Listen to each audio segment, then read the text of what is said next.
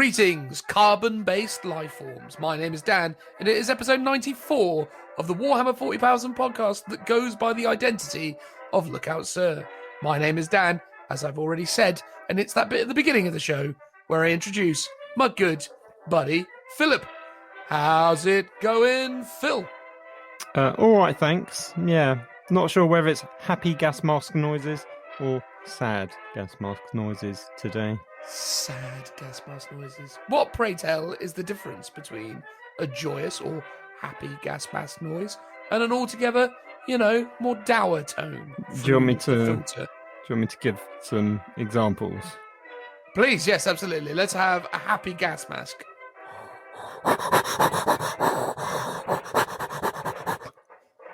Right, okay. I mean, a bit disconcerting to say the very least. He's very happy. Oh, clearly very happy, enjoying themselves greatly. And then, pray tell, what would we hear in the rare instance of sadness coming across the gas mask? I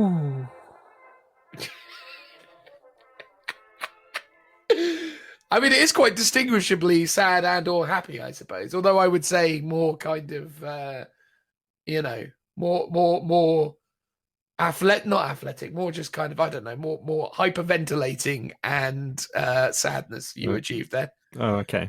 I gave it my best shot. I mean, I'm not known for my accents. I don't think gas mask noises are going to be much better. No, well, fair enough. But why, pray tell, Phil, would you be, gracing us with your best impressions of the various states of gas mask wearing individuals? Well, we are talking about the Octarius mission preview, which includes Kill Team and Plastic Krieg. We got it wrong, guys. We're going to hold our hands up. If you listen to the end of last episode, we said we were convinced, not 100%, but we were pretty convinced it wasn't going to be Plastic Krieg. And here we are. We've got Plastic Krieg. I'm sorry, everyone. We let you down. I love the fact that you're apologizing for it. I would imagine most people would have assumed you would have been overjoyed by the addition of Plastic Krieg. And here you are having to begin your relationship with them with, an open apology to, our modest listenership. Essentially, putting across your relative frustration at the whole situation. Well, it's more. No, to be fair, it's more. I'm apologising because we predicted it wrong. I'm with you. Well, we're going to get into all of this in just a moment, but of course, before that, we have a 5-star review. Hang on a second. What is this? Some kind of review? A 5-star review? Well, let's get into the nitty-gritty of this Warhammer 5-star review. This week's episode 94's Lookout Sir Warhammer 40,000 5-star review comes from There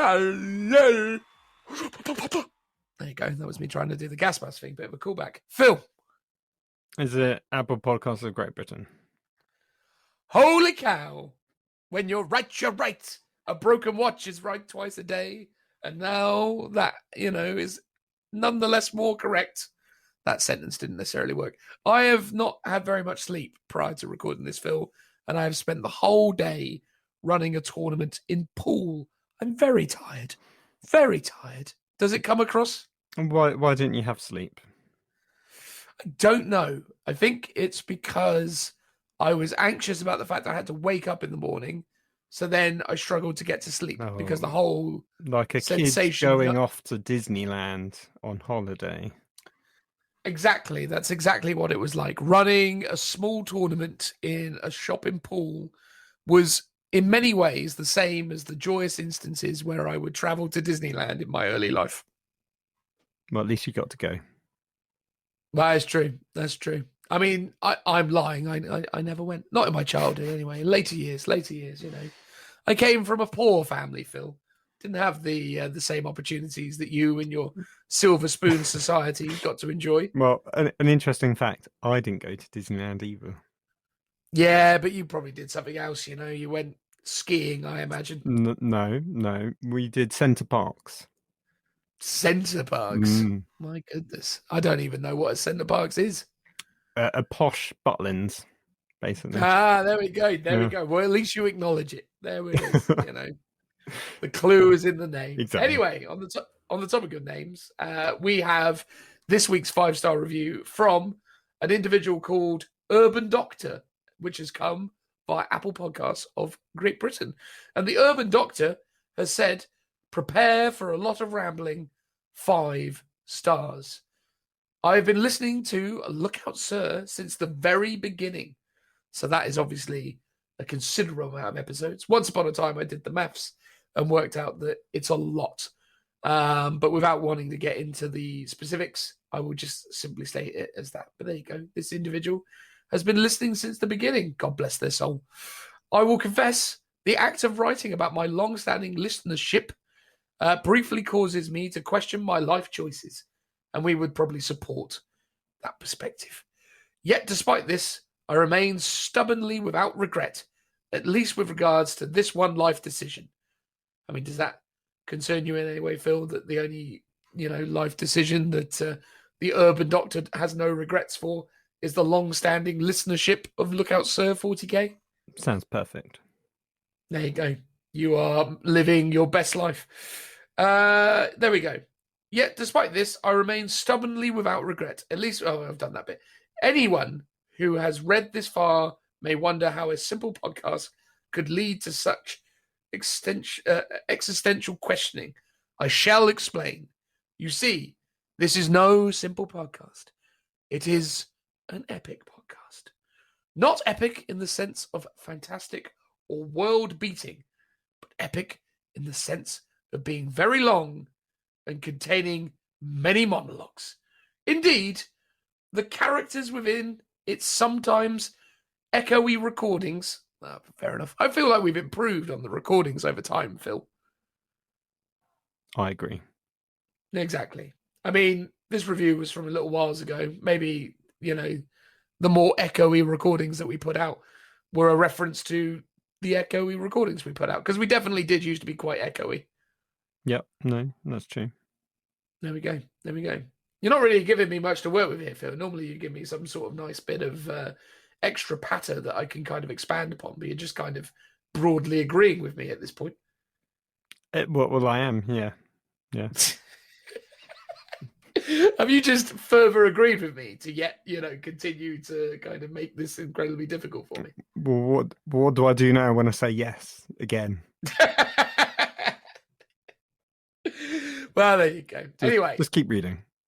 Have taken on an almost legendary status within their descriptions of themselves. Within the descriptions of themselves. You may be forgiven for thinking that I mean to be derogatory. There we go. Words I can say, but just couldn't in this moment. I don't. You see, I have fallen under the siren spell of this podcast and willing, nigh slavishly, devoted hours of every week listening to Dan mispronounced words, and how fitting, and Phil somehow correct him with further mispronunciations. That sound about right, Phil? That is scandalous and an outrage. Unbelievable. So, according to the Urbandoctor, I am wrong, but you are even more wrong. But yet right. Wronger. Yeah. Wronger. Yes, indeed. Because that's not work. Listening to rambling about when Dan was good at 40k because he had lots of flyers and how Phil would improve guard. I do this not because I have some deeply bruised sin that I must flagellate my ears in recompense for, but because despite all of their almost endless faults and the terrible duo always leaves me smiling and feeling better about the day. Keep it up, chaps, and please don't change anything other than perhaps trying to pronounce the T in 3. Genie Regent Rin. I have no idea what that series of words necessary denotes. I'm going to quickly go to Google Translate and see what that earns me. But while I do that, Phil, perchance you have some opinions or thoughts or feelings on this rather lengthy and quite wonderful 5-star review. Well, thank you, Urbandoctor, for your own monologue in return for our very long monologues. We can only apologise that we do them quite often. It is a rambly show, as your review has pointed out. You know, I think that's what people come here for, really, now. But thank you very much. It was very good. You know, I like to think I can pronounce words better than Dan. But clearly, in your opinion, I do not. And I probably say 3 instead of 3. That's never going to change. So I'm sorry, you're going to have to just put up with that. But beyond that... It is interesting. Thank you. Sorry, Phil. Beyond that. Thank you very much. It is interesting, isn't it, to imagine that the simple act of, talking down a microphone on a weekly basis leads to such kind of deep critique of the way that we pronounce things. Because obviously, I think myself and Phil would be amongst the first, if not the only, to acknowledge our own faults when it comes to, our linguistic skills. We are definitely lacking in terms of pronunciation or accurate punctuation of our, vocabulary. See, example there. It's quite difficult sometimes to know how to pronounce made-up words created by Games Workshop, but don't actually have any real context of how they should be pronounced. I mean, sometimes you could go off for Latin, but obviously none of us are Latin scholars here, so, it's a bit difficult sometimes. Like, even to this day, I don't know if it's Charadon or Caradon Warzone. That is true. I believe it's Charadon, but I'm pretty sure the Warhammer community... and is it Mark, the guy that does the Sunday previews, have both pronounced it slightly differently. So who knows which is the correct one. And that's assuming even they are pronouncing it correctly themselves. I mean, it's all subjective, isn't it? Although I imagine the free situation that he is confronting with our awful pronunciation is possibly a little bit more, firmly placed in reality. Hands up, we're just wrong with that one. Yeah. Yeah, almost certainly. And you know what? I don't care. Good. Well, there we go. If you too would like to be like the Urbandoctor and leave us a 5-star review in a place where we might see and then go on to read it, please do so. You can do that on Facebook. You can do it on iTunes. You can do it in other places. But please, if you do that, do tell us, because we might not know if you don't tell us. And you can tell us by reaching out to us on Instagram or the Facebooks or Beyond the Tabletop's Instagram, because Phil loves nothing more than filtering through Lookout Sir related questions on his own, personal little Beyond the Tabletop ecosystem. It's his favorite thing. Exactly. It's a hobby, some might say. Indeed. Anyway, there we go, guys. That was a lovely 5-star review. Thank you very much, Urbandoctor. I appreciate that, you have stuck with us from the very beginning.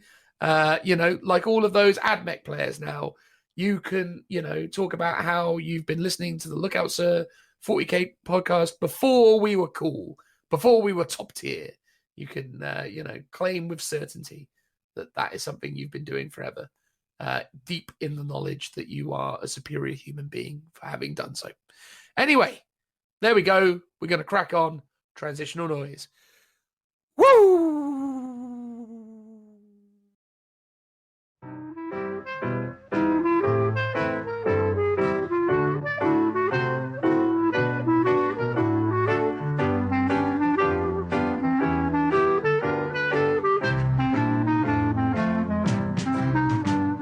Underground, overground, wombling free.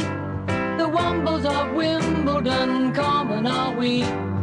Making good use of the things that we find. Things that the everyday folks leave behind.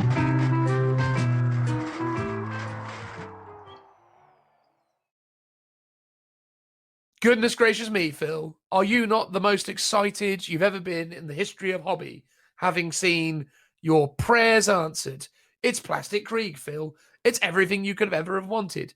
The same unit you already own, but different. In at least the appearance, anyway. You must be well happy. Yeah, yay, Plastic Krieg. Ooh.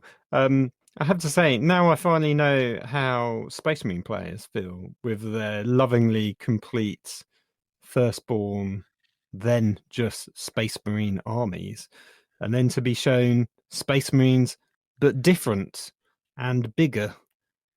And we presume, we don't know at the time of recording. We don't know. They could be, the size they are now. They won't be, but they could be. I'll tell you what, they're not. Just by looking at them, they're not. They did say. Are they on bigger bases? Are they on bigger bases? I don't think so. If they are, they're probably on the 28mm ones. But they're probably on the 5 normally. They probably still are on that. But just scale wise, you can tell they are definitely a bit bigger, Chunkier a bit chunkier. They've got big, thicker legs.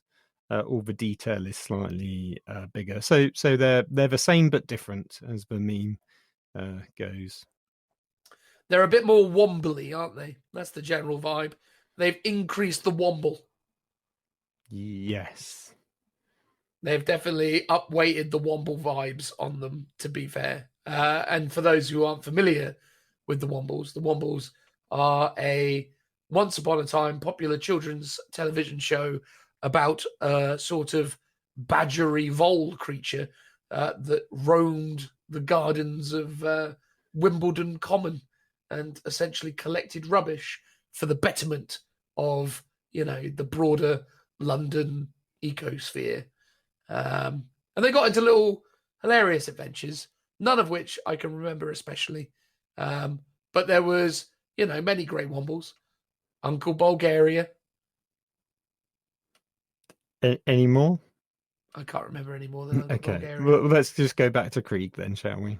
Well, the Womble vibe was even more exemplified within the CG trailer, it's fair to say. The CG trailer was Wombleless Maximus, I would say.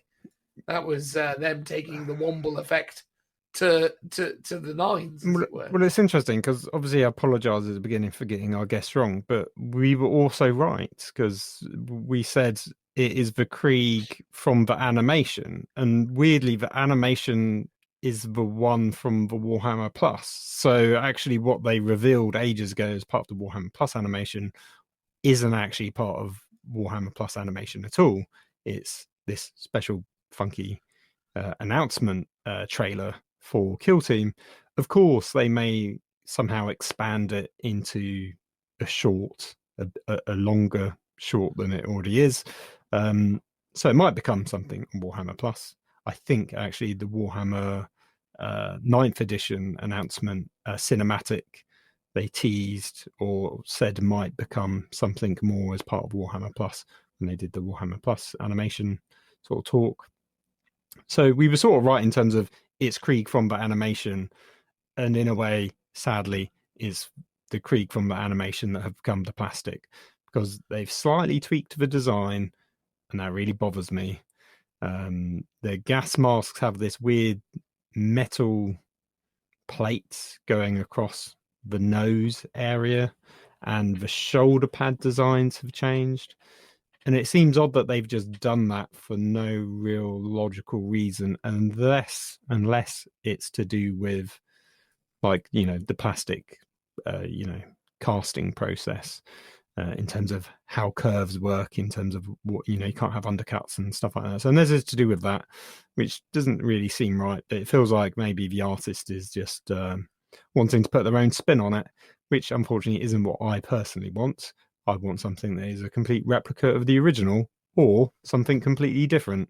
And then therefore it's either not Krieg, or it's, it's a special version of Krieg, which explains why it looks all different.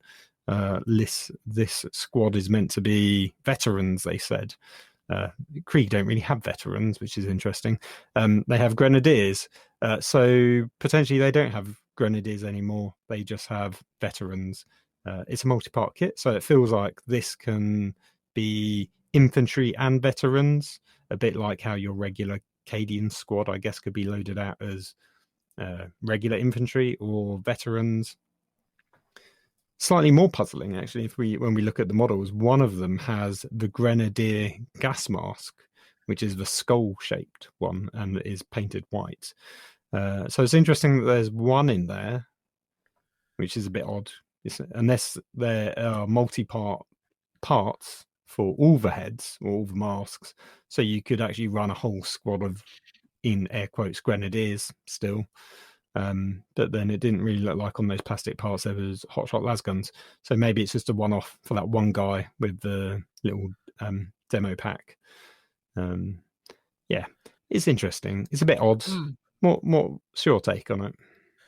Well, it's a lot to unpack, right? I mean, I think it is immediately obvious that these, sculpts are very much, the product of Games Workshop's multi-part plastic casting and or construction methodology. There's a certain kind of scaling situation that goes on with the old Krieg miniatures in terms of the way that they are put together and how they're kind of silhouette works, right? I think when it comes to the Krieg of old, you look at those miniatures and they are very kind of, purpose-built figures from a kind of torso perspective with what I believe to be arm swaps, essentially. So I think in terms of the kits. Yeah, it's all one piece with arms added on. Yes. And I think this is the thing. It's like, it's intriguing to me because these guys definitely look like they bulked out.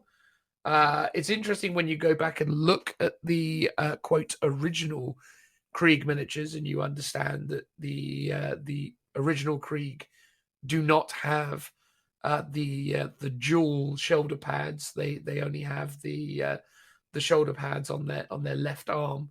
Well, no, they have two shoulder pads on one arm, if I remember, and then a single shoulder pad on the other. Not in the miniatures I'm seeing here, my friend, but you might be thinking of something different. I mean, you have assembled and painted a lot of these, so perchance I'm completely wrong about that. But I'm looking at pictures of them, and it would appear, to me at least, in terms of the photos that they have put on here, that they only have, this dual shoulder pad thing going on the. Oh no! Wait. So the ones standing to attention have a small shoulder pad on the right and a bigger shoulder pad on the left. Yes, that's kind of the correct sort of layout. And then there's the infantry squad advancing kit that isn't the same as that, unless of course. Oh, maybe it is. Well, maybe it might be they weren't just added to that kit, but they should be there because some of the single shoulder pads you actually stick on separately, so that's like an extra piece. Gotcha. You've got your arms. Sometimes I think the double shoulder pad is part of that arm kit, but then the single shoulder pad is something that gets added on extra. Gotcha. So it's not always on, might not be on the product image, so to speak. Yes. I mean, I think this is the thing though, right? I mean, there are some sculpts amongst, or some figures amongst this selection that look really promising. The plasma pistol, power sword, sergeant figure is obviously a really dynamic and interesting pose. And, when you look at the guy with the robotic arm with his las gun kind of pointed up to the side with his various, medals on his chest. I think that's quite a promising looking figure. Yeah, I think the one thing there that might annoy purists, and this is something that Toke, because we were speaking throughout the preview, friend of the show and a lover of Krieg, he was pointing out, and this is something I believed, is that on the whole, Krieg don't actually get medals for anything, with the exception of like the senior officers. So seeing them on a sort of standard infantryman, whether it's a veteran or not, sort of stands out as being a little bit odd and not potentially in line 100% with the law. But, Games Workshop can change the law at any time, so I guess maybe that's what they're doing. The robotic arm's kind of a nice little touch. And as that robotic arm is doesn't appear to have any kind of, well, obviously we don't know for sure, but it wasn't implied that that's like a power fist or anything kind of substantial in that regard. It's just more kind of a functional, everyday additional bit of limage, Yeah. obviously, after having had what was there before blown away. The guy next to him, though, looks quite interesting, because I was wondering if that was a shotgun on his shoulder, because you can't quite see it, but you can see the shotgun shells on his Yes. chest. But I'm wondering, actually, maybe that's to do with the pistol, because that pistol doesn't look like... Well, it sort of has like a flare gun vibe. to it. Yeah, so that maybe those canisters are actually like a flare gun thing, because he's like some kind of Vox operator. Maybe that's his signaling weapon. Well, again, I mean, that would be very in keeping with kind of, you know, the World War One kind of aspects of the Krieg aesthetic, right? The trench warfare Oh, yeah, element, the for idea sure. of, you know, signaling by, you know, firing those flares up in the air. What's interesting, and it's not a drastic redesign, but the las guns look really interesting. They almost look like they look more auto gun than las gun in some respects, but obviously the barrel and the main kind of like element of them definitely you know, deliver that visual. And when you see some of them sort of running with it when they've actually got the like the las pack inside of the rifle, it definitely, you know, looks very las gunny. But that guy that's holding the las gun up to the sides with the with the reload kind of position looks very interesting to see the gun without it. Yes, I think it's because the underside like grip is sort of ribbed, for want of a better Yes. word. And I'm trying to think. I don't think that's on the original. They yeah, no, it's a different design to what has been sort of established. There are sort of similarities, but yeah, it's you know, the nuances of it are relatively different in terms of how they appear. But look, I mean, here's the thing, you know, at a glance, when I look at this, it's clearly Krieg. I'm not, you know, looking at it completely baffled by what I'm casting my eyes over. I think overall, I think it's very interesting, because I think one of the things that's sort of weird about it is that, as is always the way with the Games Workshop sculpts versus the Forge World sculpts, because Forge World are able to put together much more delicate, much more detailed, much more kind of intricate figures, what are small, nice little details start to feel very weird when kind of blown up to the kind of proportions that you see exhibited within the Citadel minis. So, for example, one of the subtle kind of lesser seen details of the Krieg would be the way that their boot straps or their kind of boots are kind of wrapped with this like bandage type material. When you look at the Forge World minis with the kind of scaling that they have with their much more realistic proportions and smaller feet, you know, those kind of bandages and that kind of aesthetic doesn't necessarily stand out quite so abrasively as it does certainly with this paint scheme. Whether or not that's, you know, part of the miniature that achieves that look versus the paint scheme is obviously TBD. But yeah, it's strange that, like, you see that the buttons on their coats are bigger, the respirator devices that they have are obviously far more prominent and far bigger than they've been historically. And yeah, silhouette wise, they're quite different. So it's a very different look, despite the fact being objectively very similar. You know, having seen a lot of the Krieg over the years of playing yourself, Phil, and obviously going through the motions of discussing them at great lengths, you know, they are different. But I wonder how much my initial weirdness about them is purely motivated by the fact that they're just different, rather than actually legitimately not liking the kits as much, because I do feel like there is some charm to it, but I can understand why someone like yourself might not be that blown away by it at this point. Yeah, I mean, I think you've raised some interesting points. I think you're right. They're definitely more heroic scale, whereas the originals are much more true scale. So they are wider, which is why they look a bit thicker. And I think that's inherent with the kind of manufacturing process, kind of heroic scale. Things are better, thicker, because they're less fragile, which is one of the things that are quite inherently problematic with the Forge World range in terms of casting. They're notoriously difficult because they are so small.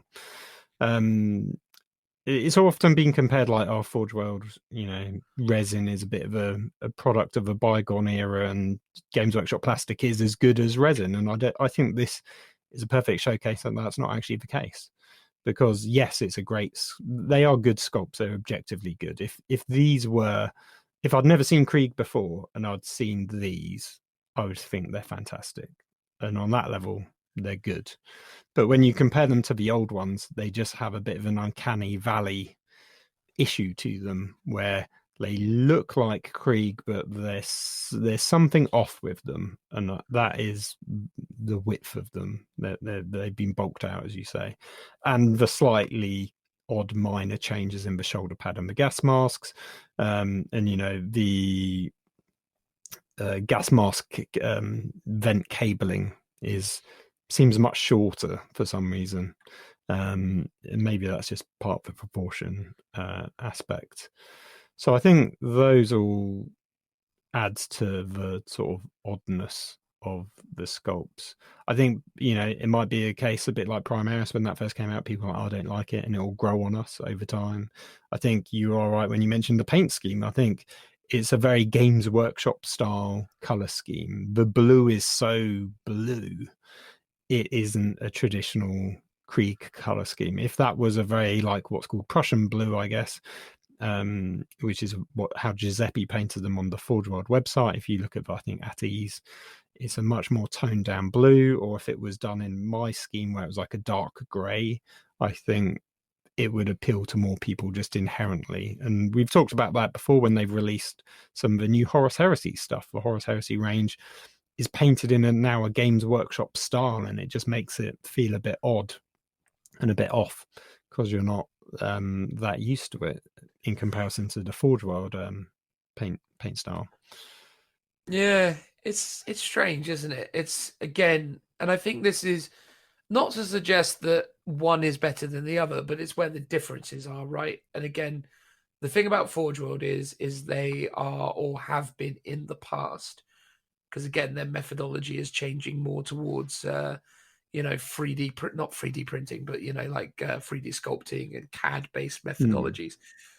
But in the past, they've got a real kind of artistry, right? Like the person who is sculpting these figures is an artist building sculpts in a kind of, obviously building it in a larger scale to then kind of scale down for mass production. But they're much more focused on, the sort of silhouette of the figure and the overall kind of size and presence of it. And certainly with the methods that Forge World use in terms of how they cast this and how they manufacture it, they're able to achieve a more kind of finessed level of detail. And this is one of the things we've talked about before.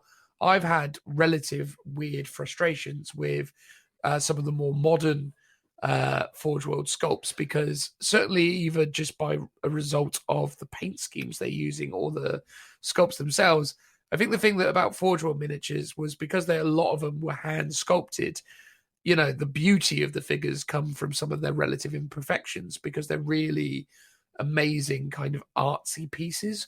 Whereas when you're looking at something like this, again, it sort of reeks of the mechanical, it reeks of the perfection of the process, which is to say that the individual creating this, because of the design process that they've undertaken to arrive at this place, hasn't had to compromise or hasn't had to, to do things to kind of, make the best of maybe what could have been a slightly, frustrating situation when, I think this is the thing. I think there's a certain artistry to the old range, whereas when you start to see it reimagined in the GW, kind of plastic thing where everything is super, designed to the nth degree. So the level of detail in the Citadel plastics at the moment is bewildering to me. Like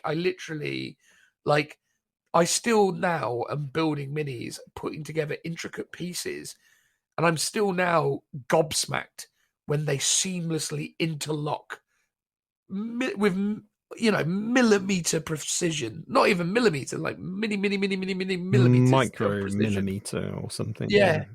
It's impressive. Yeah, incredible. And incredible. these are pretty impressive sculpts in and of their own right.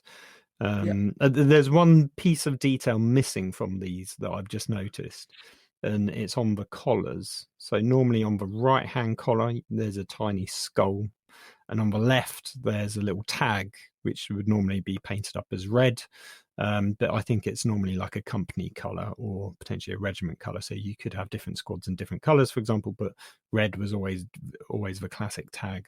And those two tiny bits of detail are missing, which is, I don't know, it's just one of those things where it's just a little bit frustrating, because that little pop of red on the collar always just gave them, even if they're painted very drab, just a little bit of color to them. And they've tried to, I guess, replicate that by painting their eyes red, which is such a bizarre color scheme to do white masks and red eyes. But okay, like that's just a paint scheme, right? Like, you can forgive them for that. Yeah, just little things like that. It's interesting. They've got like some transfers for the shoulder pads. Obviously, you've got a regiment number, but then you've got kind of a traditional Astra Militarum transfer on the other side. So, you know, even if you collect classic Krieg, the fact that you might be able to get access to some new transfers would always be a good thing.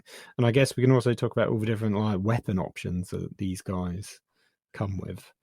And that's one of the frustrating things to an extent, because they've obviously shown you the kill team, but it's a multi-part kit, so you haven't seen all the weapon options. So there's like a plasma gun, a melter gun they mentioned on the stream, but there's no images of it, which is a little bit frustrating just to see what all the possible options could be.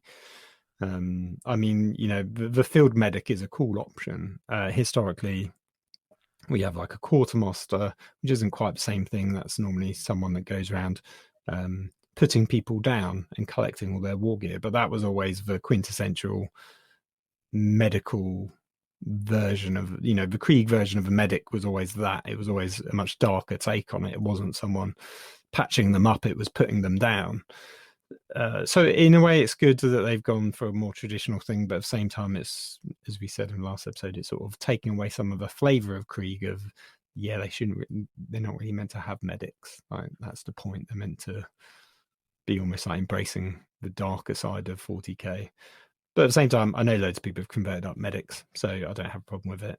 It's very cool bit of kit in terms of the war gear options, I think. Yeah, I mean, it looks like a great versatile kit with loads of posability, loads of options, loads of flexibility, right? And I think that's amazing. I think, you know, if this is to be the only kit that the Krieg get in plastic, it's a pretty great starting point. Now, as we said in the outro of the last episode, if that is to be the case, I think it is a misstep by Games Workshop, not because, you know, just because, you know, you specifically are a bit of a kind of Krieg fanboy with this stuff, but more just because, you know, again, there's not quite enough here that you can start to express the full breadth of a Krieg army, right? Like, we definitely want to see, you know, a command squad style sprue with a, you know, commander and a commissar, and, you know, the ability to kind of, you know, upgrade tank crews and other bits and pieces. So I think if they start to introduce those elements, I think that'll be pretty incredible. But again, one of the things that, well, I had two things I wanted to ask Phil, but I'm gonna start with this question, but then I'd definitely like to address the second point in a moment as well. But the first of those is do we know, based on this, that this is essentially built for Kill Team first, and then we'll have 40k applications second, or is this, you feel, intended as something for both? Because when it comes to the Kill Teams, it seems like this is them trying to kind of express other ideas and to ultimately kind of expand the ranges and offer us new, more interesting miniatures that might be essentially standalone-ish. And the Krieg kit is intended to give you a great series of miniatures that you can then build a comprehensive kill team with, and it isn't intended for you then to go on and, you know, build a whole army out of. So is that what we believe the situation is with the Krieg, or do you feel like this is a bit more dual purpose in some regards? I don't know. I mean, one answer is who knows for sure. But it felt like they kind of gave conflicting messages. On one hand, in the live stream, they said, "Oh, Kill Team is now all about specific commandos. We want to give commandos the orc range, fantastic. Like those models and sculpts are flawless. They feel like Yep. commandos. Each one's a real individual. Yeah, I guess you can't really get that with Krieg. They are meant to be sort of the faceless legion sort of thing. They don't really fit into, and this thing we talked about, why I didn't think they were plastic last episode, is because standard Krieg aren't commandos. I don't even feel like veterans are really commandos. I do like the fact that there's tons of different weapon options in here, and you know, you've got a demo guy and you've got a medic and stuff, but it's like that still doesn't particularly feel commandos. It's not quite on the Gaunt's Ghost level. You know, maybe there is a sniper option because that was in the video, and I sort of wish I could have seen that, because that was the one thing that really would have excited me more, is the idea of I can have sniper squads. But if it's just snipers as part of veterans, no, it's not too bad. So it feels like it's they were saying on the stream, like, this is all about commandos, who knows what this will lead to. They were alluding very much to the fact that every single army is going to get a unique commando, in air quotes, unit. So, you know, Tyranids, Marines, they're all going to have an elite kit come out for Kill Team. However, these kits are clearly designed for 40k first, it feels like. This is an infantry squad, a 10-man infantry squad, first and foremost, or that's a dual kit of infantry and veteran with all the different upgrade options, which is, to me, why the Krieg ones don't really feel very commando-ish. They're much more siege trench warfare, sort of by the numbers. Yeah, I mean, if they were sort of more Gaunt's Ghost style and you had like a heavy weapon guy in there, you know, like Bragg, for example, you could get more of that commando vibe, which is what the Orcs have in spades. So, yeah, I mean, the honest answer is I don't know. Is this just a one-off? It could well be. It could just be testing the water. It could be, however, the start of a brand new range for Krieg, and that over time they're going to slowly roll out Krieg. I mean, it could be that they're going to do one of every regiment, you know, maybe not every regiment, but a couple of regiments. If you look at the size and scale of the Orc redo, let's call it, with all the new range of minis being released, they could put that same level of effort in and do a command squad, a heavy weapon squad, and an infantry squad, which is a 3 core units that you really need for any regiment. And they could do just 3 different types of regiments. So they could redo the Kachan range, the Cadians sort of been done with the upgrade. They could do a couple more units for Krieg, and then maybe, you know, something else like Vostroyans, for example.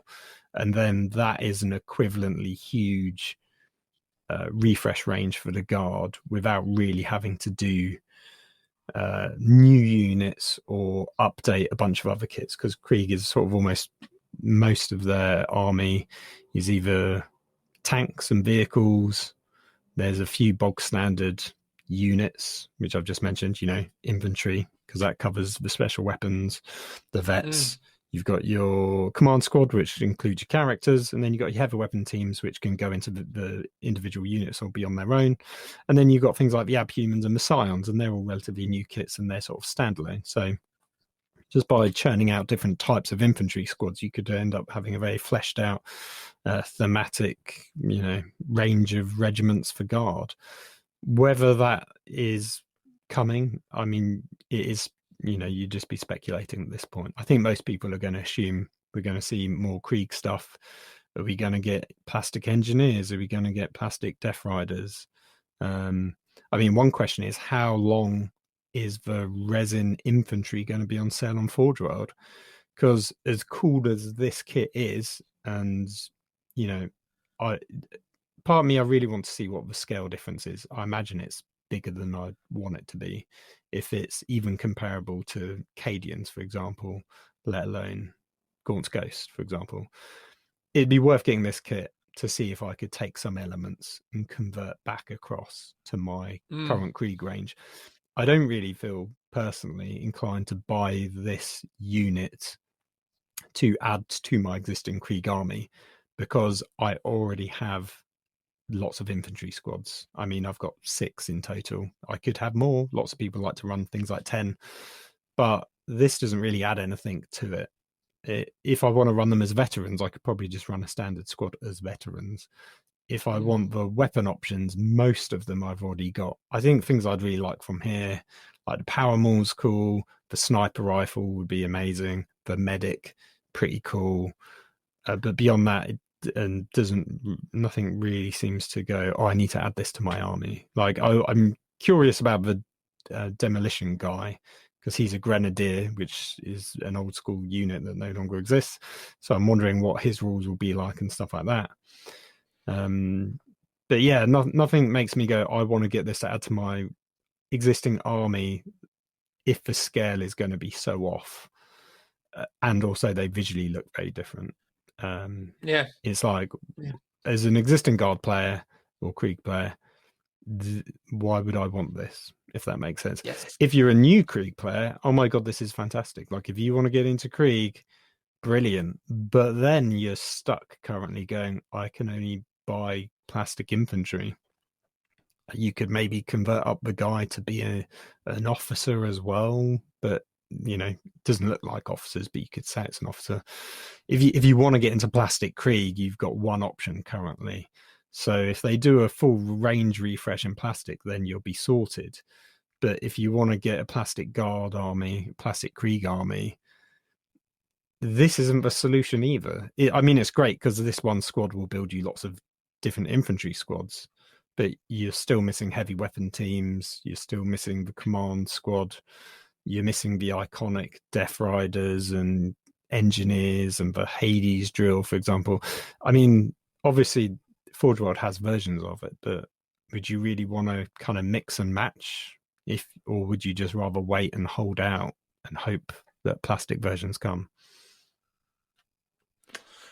Well, I mean, I suppose if I was getting into dealing with the Krieg, I imagine I would seek to kind of future-proof myself and look towards the plastic stuff going forwards, assuming that's what's going to happen and this isn't just an isolated release. I mean, you raised a lot of really interesting points there, Phil, and I think there's a lot that obviously over time we're going to have obviously get into and unpack. But the follow-up part of that I was going to ask you before we move on to the rest of these preview elements was, do you feel in some way that you're being a bit ungrateful? Because I feel like it's important to address that aspect of it, because they gave you rules in the Forge World Imperial Armor Compendium. You weren't happy. They've given you Plastic Krieg now. You're underwhelmed.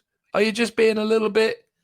You're being a little bit, moody. Bit of an odd man. Well, so earlier I was thinking, especially when they were, yesterday, because we're recording on Saturday, that they'd announced the animation trailer, and it was clear it was going to be Plastic Krieg, and I was like, I felt like the cat priest in a very old episode of Red Dwarf, if you remember the one I'm talking about, where... Well, that's like literally like the first episode, or the second episode, I think it's in the first series. It's one of the early ones. Forgive me, I'm not going to explain it too much if you haven't ever watched Red Dwarf. I assume a lot of you have. But there's a cat religion that Lister had somehow created, and he's the very last priest, and he's like, oh, I've given up, I've lost my faith. And that's me, basically. I've lost my faith in Krieg. And then Games Workshop is coming along going, no, don't worry, you believed, here you go, here is your Plastic Krieg. And I'm still like, no, and they're like, no, it's okay. Honestly, I don't know. I think my initial reaction is a bit of a disappointment, but I'm being very nitpicky on the visual elements that have been changed, a bit of a issue around scale and stuff. You could look at this and go, well, it's brilliant, Krieg is going to be supported in the future. I believe, though, it's just going to be supported in the way it currently is being supported, which is as a generic Astra Militarum regiment.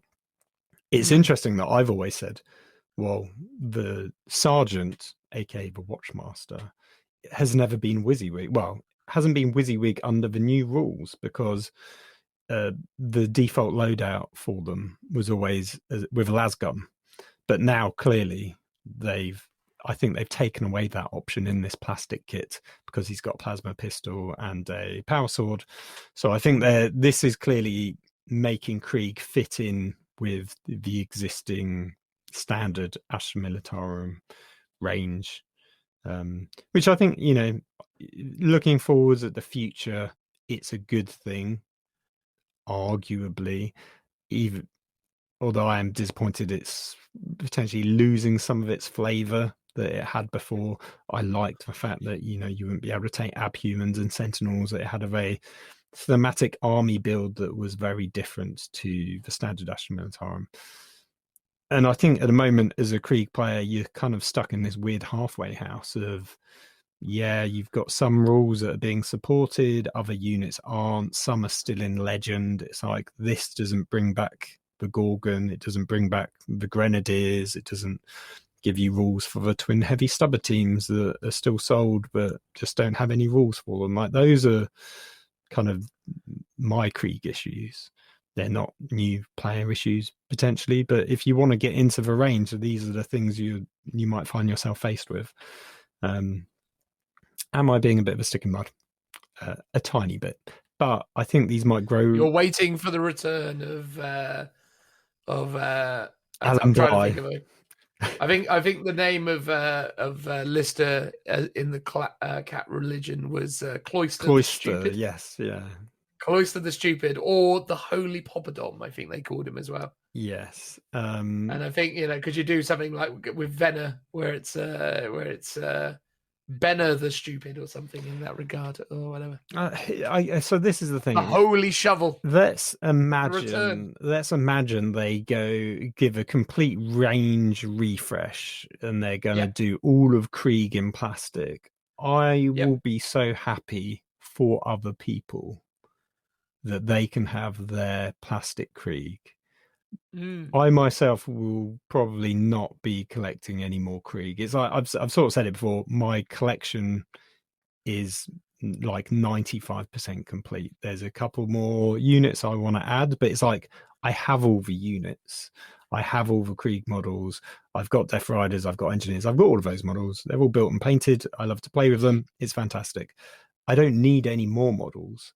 What I would have liked is, you know, if I have a chance to buy any more original Grenadiers, for example, I would buy more of those if they bought them back on the Forge World website. If they ever made a sniper squad that was standalone and plastic, I'd potentially buy that because I think, man, that might be cool and it's somehow scale-wise might still fit in. But ultimately, my point is, I've got a complete army. I don't need plastic Krieg, and I imagine a lot of Krieg players might be in that position already where they're like, oh, I'm good, I'm okay. But for new players or people just starting out, it would be fantastic for them. I'm super happy for them. I'm happy for those people, but it doesn't really benefit me in a very selfish way. Like, plastic Krieg doesn't help me out in any way, because ultimately it's become a generic Astra Militarum regiment. I mean, that's fine. I sort of miss the olden days, as I previously stated. So yeah, it's on one hand, I'm happy for other people. I'm just going around in circles now, so let's just move on. Indeed, mate. Long story short is despite the many messages that we got where people were like, I bet Phil is so excited. He must be, you know, climbing the walls with enthusiasm and excitement about this whole thing. The reality is, it's relatively moot about the whole situation. Right now. It's just okay. You want the rules. You want to see this is these the thing. guys get good. I want to. Well, one, I want to see the rules for these guys. Two, I sort of want all the rules for the old models, or for them to bring back in. You know, if they bring back Grenadiers and Centaurs in plastic, amazing. Because then all of a sudden, a lot of my army that currently sits in Legends, I can play again, even with the old resin version. It's like I'm playing with an old army, almost like Old Hammer. Like, people with old Metal Sisters armies can go brilliant. I've got new rules. It's like, if you are I've met people before. They've got a complete Sisters army, all metal. Are those people going to go out and buy an all new plastic Sisters army? They might do, but I bet a lot of them were just going, I just want better rules. I just want my rules to be supported.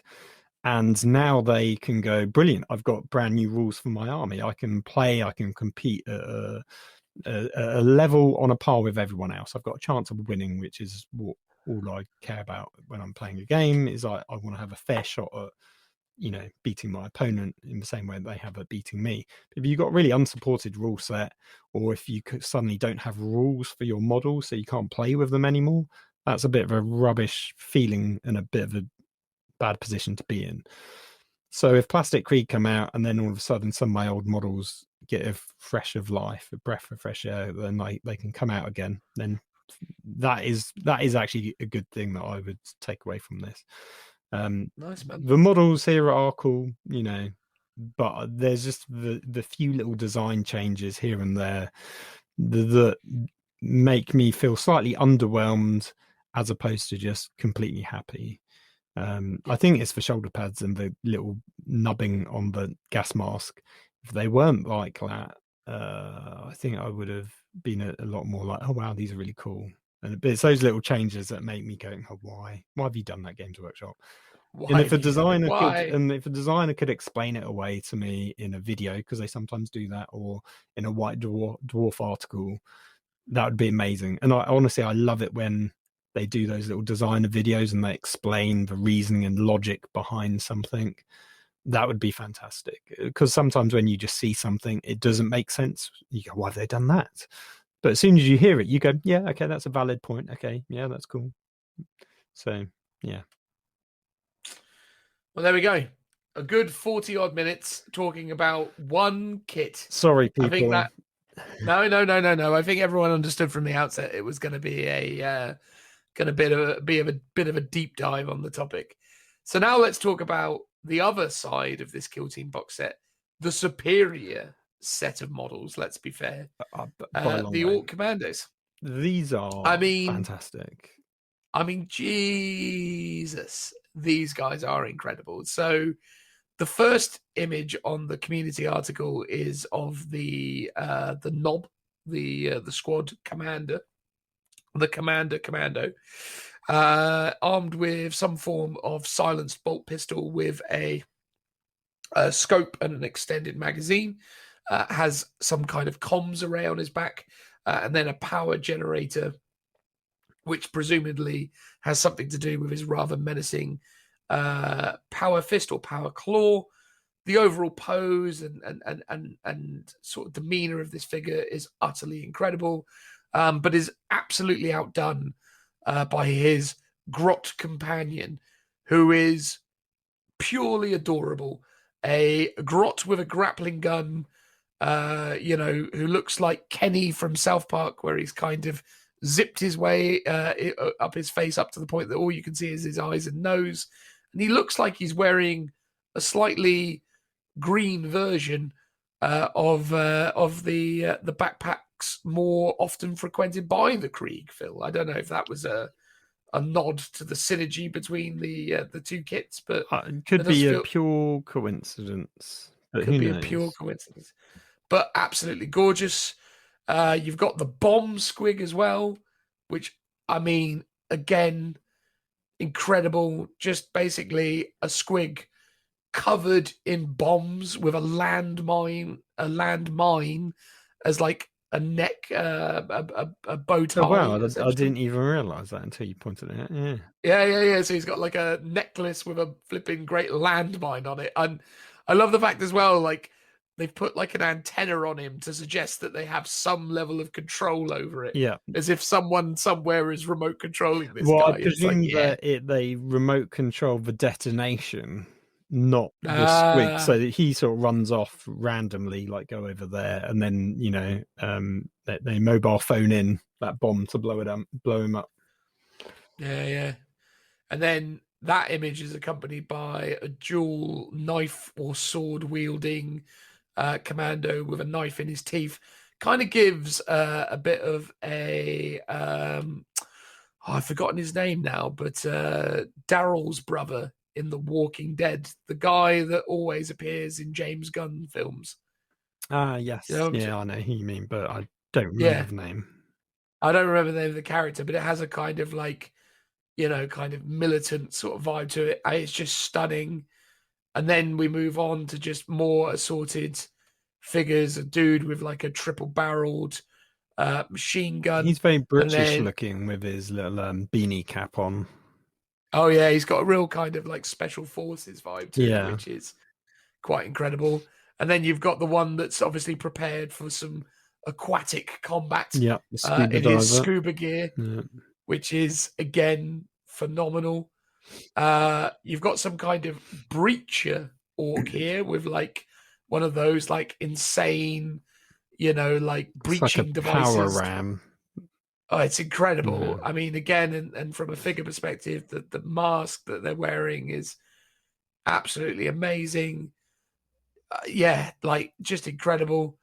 A couple other heavy ones. One of the things I love, and I'm interested to find out what this weapon is.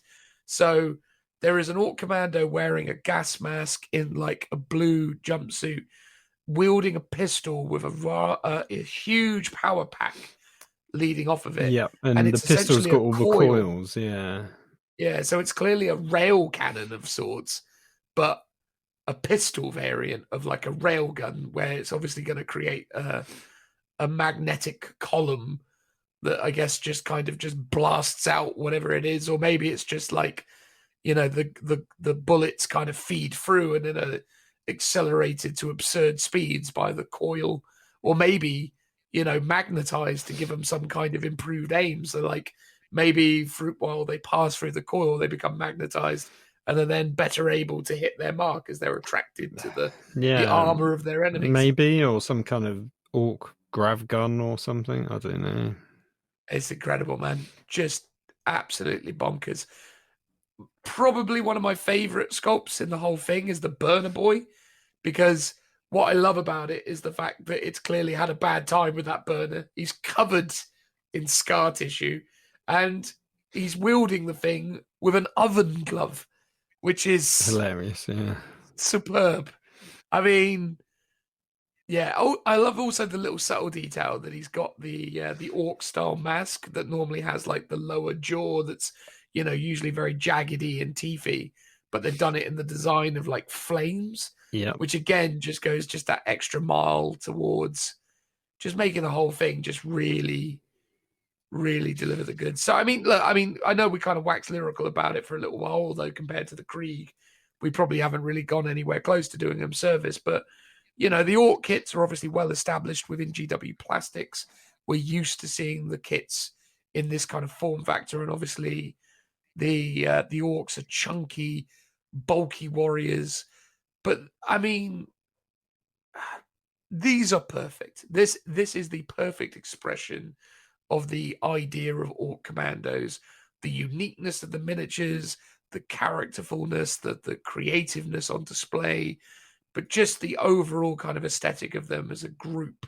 They look beautifully kind of aligned in their kind of malefic purpose. They're just, again, if it's weird to me that the Krieg made it onto the cover of Kill Team, because it's clear that orc commando Kill Team is the star of the show. It's incredible. It's so good. 100%. It is weird. It feels like the concept of Kill Team and Commandos. It should these are the stars of the show. These are the commandos, the loadout, the fact that pretty much everyone has a unique weapon. That's what commandos are meant to be about. And it feels like, in comparison, you look at the Krieg minis and you just go, that's just an infantry squad you've bundled in here because you didn't have anything else. And, you know, as we talked about before, it's like Octarius is a war zone between orcs and nids. And it's like, it feels like that's what this box set should have been, but maybe the concept of commando Tyranids doesn't really work. So they've gone, what else can we have? We've got some plastic Krieg coming. Let's stick them in here. it feels almost like this was purpose built for Kill Team, whereas the Krieg don't. And I mean, that's probably not the case. These are probably both purpose built with 40k in mind, sort of first, and Kill Team second, because this is clearly, 40k, Orc commandos to go in along with the rest of the Orc range refresh.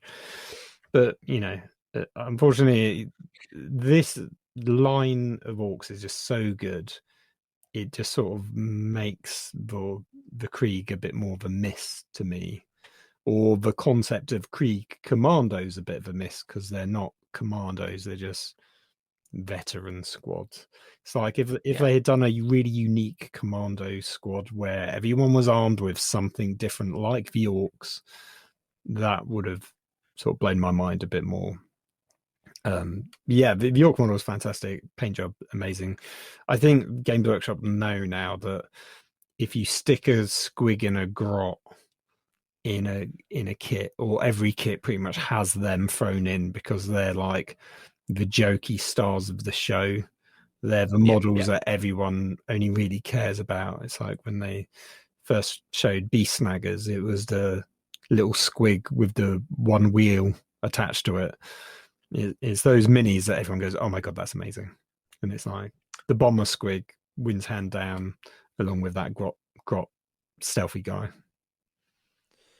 And I mean, in terms of expanding that range, the fact that they've also come to the table with a whole, selection of new Orc style terrain, or is that new, or is that existing? I felt like there was some existing, then probably some existing elements, but they've added some new bits. Yes, I think it's mostly new, but they did have a mech workshop before, and some of that included some scattery terrain bits, which I think might be ported over into here, like the big clumps of ruin, but it looks like everything else is pretty new.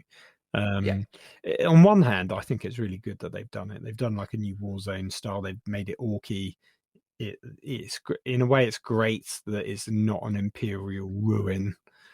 But for me, the fact that it's not an Imperial ruin means the kit's less value for money, because it's like, I don't really want to play in an Orc. Well, for my armies, playing on an Orc Warzone is not something I want to do on a regular basis, unless I'm playing against an Orc opponent, of which none of us are Orc players in our local group. So for me, it's like it makes the Kill Team box less value for money, a bit like how the prior Nexus one had the slightly shoddy Necron terrain, and it's like, I don't really want that. So therefore, that box is less value for money for me. This is infinitely better quality than the Necron. Oh, 100%. Yeah, it's way better because it actually is terrain for a start, as opposed to just crates. Yes, but I think that's the thing. It's like you could easily come up with again, you could include the beginnings of this sort of terrain towards one side of the map to kind of indicate, maybe it's an area where the Orcs have kind of encroached, or that they've started to build their habitat. Because I kind of like the idea of playing in an environment where they've started to build their habitat, and then you've kind of invaded at the point where they're still kind of figuring themselves out in some regards, come in there and try to, sort of shock troop them out of claiming this world or whatever. Oh, for sure. I do understand what you mean about. In terms of a narrative game, it's so much better than just having, the standard ruins set. And hopefully this is, and they sort of teased it. So they talk about Kill Team. They basically say it's a limited release. It's while stocks last. And he's like, the clues in the name, because it is Kill Team Octarius Warzone.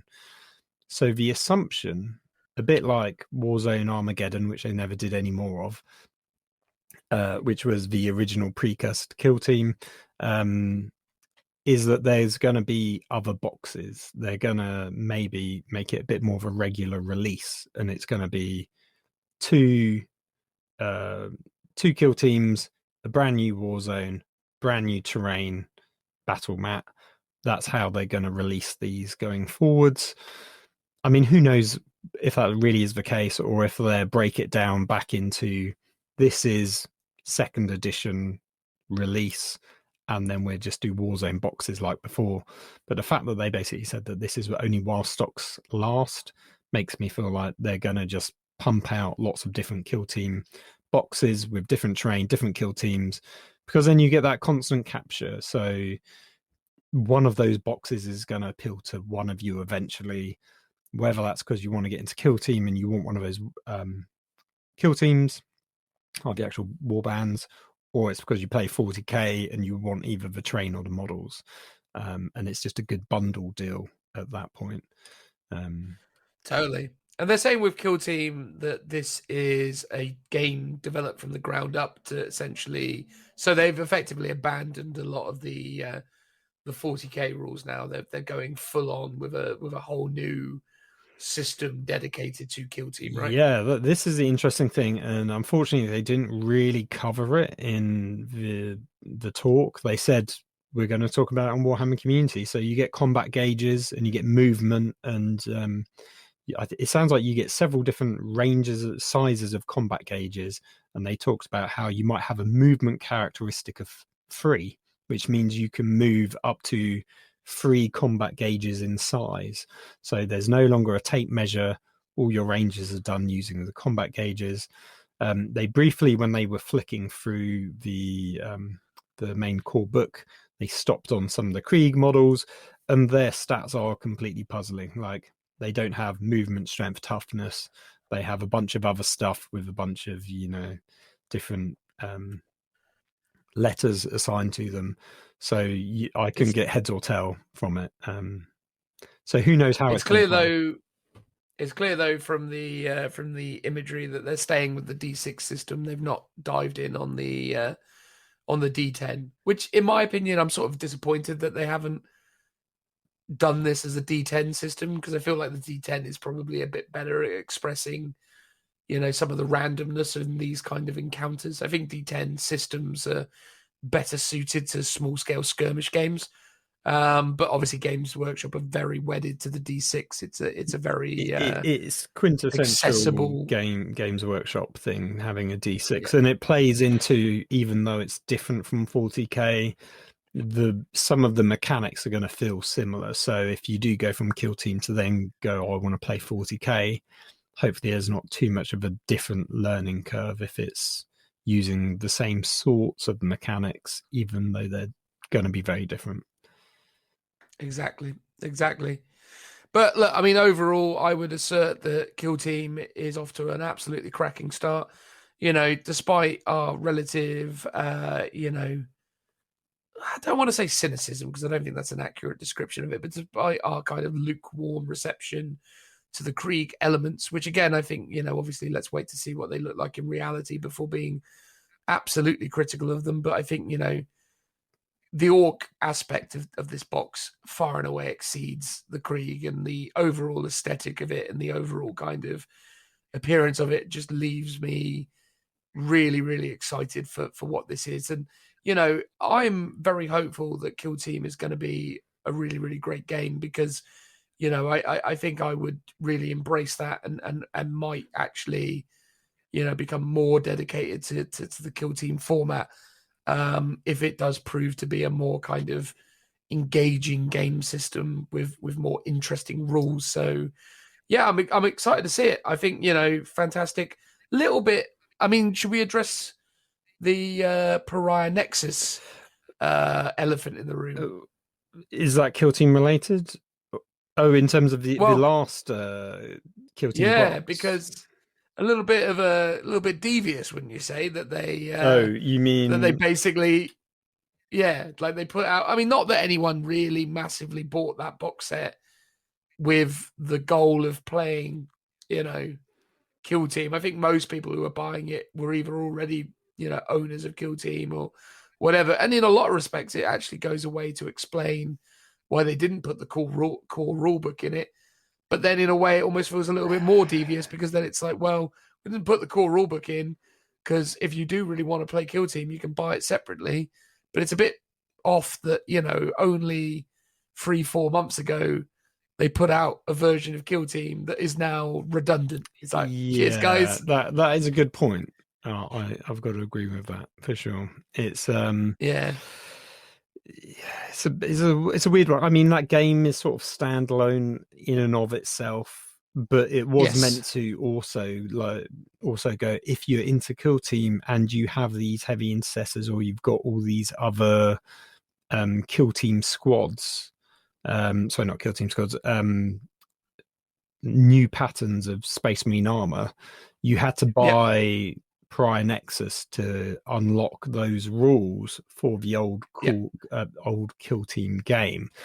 So I think a lot of people might have done it for that. And as you said, you've got a few months out of it, and then it's effectively saying we're wiping the slate clean.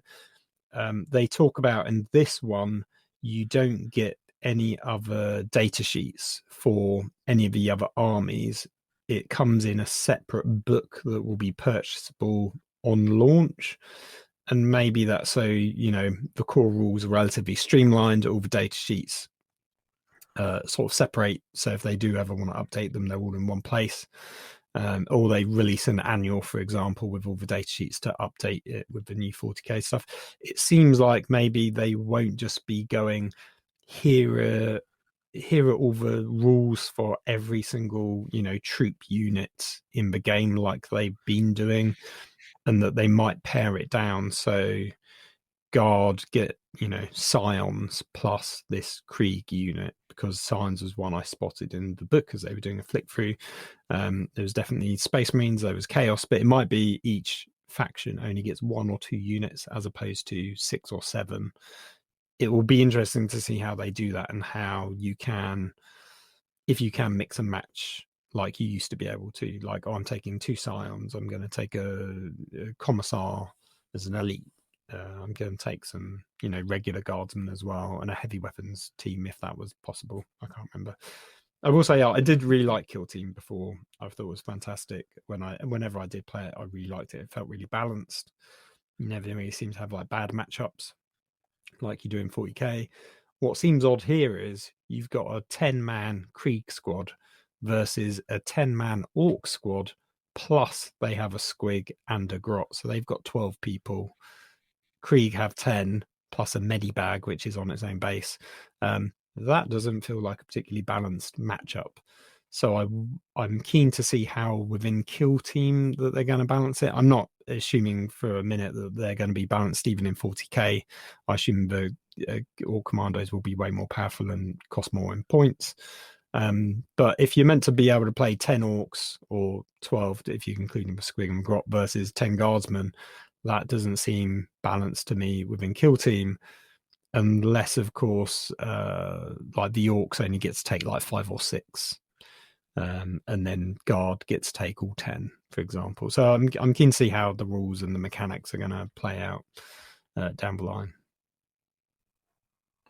Indeed, mate. Well, we will see how it all turns out. I mean, obviously, it's difficult to assert exactly how they're going to achieve balance and what the actual aspiration is for those kits within the game.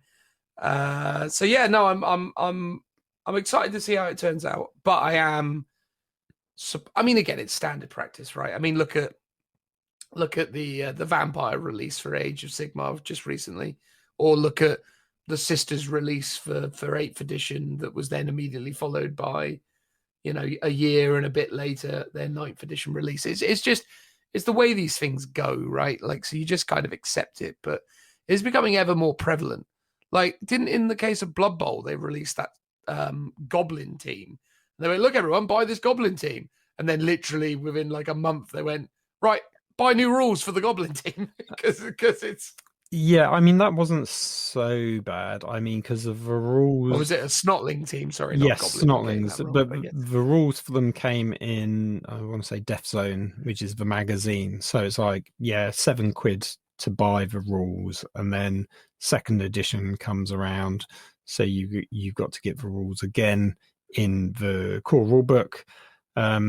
That doesn't seem as bad, like, to me, because that was like, because the team itself is still valid. Same with Prior Nexus, the miniatures are still valid, but well, they might not be in Kill Team. That's the thing.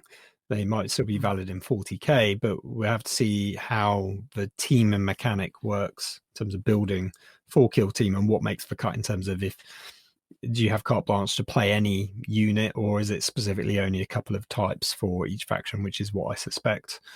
But yeah, that one seemed a bit weird with Prior Nexus. But I mean,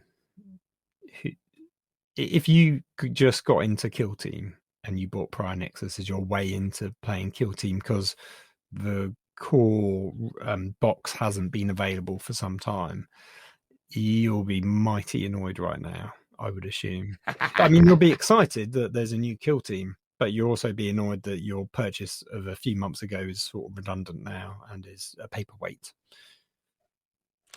Agreed. It is one of those things that you just kind of have to. Well, it's always the way. It's like, you know, people buy an iPhone 11 months before an iPhone 12 comes out. I mean, it's not quite the same because it's not like your phone stops working at that point. Whereas with Kill Team, it's like, yes, you can still keep playing it, but most people will be playing the new editions unless you're going to be, you know, playing at home either alone or with a couple of friends that are wedded to the old system. The new edition does make all the old stuff redundant. So a release shortly before that is, yeah, I can see the bad feels that people might have from that. Indeed. Whatever the case, Kill Team is on the way again, and I'm excited for it. I think this is a really great way to kick it off. Not quite as awesome a kickoff kit as what was that version they did of it? Was it Shadow War? Shadow something? Armageddon Shadow War, which is the one I alluded to before, where it was called Armageddon, and I was like, oh, brilliant, they're going to do a bunch of these like in different war zones, and then they never did, and I don't think they ever had any intention to either. That one was a cool concept, but because it was very like 5th edition 40k rules, like really old school, 2nd edition. Well, it was like really old school Necromunda sort of. Yeah, it was 2nd edition. Yeah, so that was in a way quite puzzling in terms of the rule mechanics. Well, I think it was just them trialing the appetite that people had, but also I think it was just them finding a way of selling off a load of their. We've got some new cool terrain. Yeah. But what incredible value for money in terms of that terrain kit. It was amazing. And I mean, again, how much you reckon for this kit? What's your ballpark? I mean, from Games Workshop, it's going to be probably 100 quids from independent retailers. Well, let's say 90 to 100 from independent retailers, 70 to 90. And this is I'm going 120. This is the thing. If to me, it's like it's not worth it for that price. It's like I'll buy the Kill Team rules. I'll buy that separately, maybe.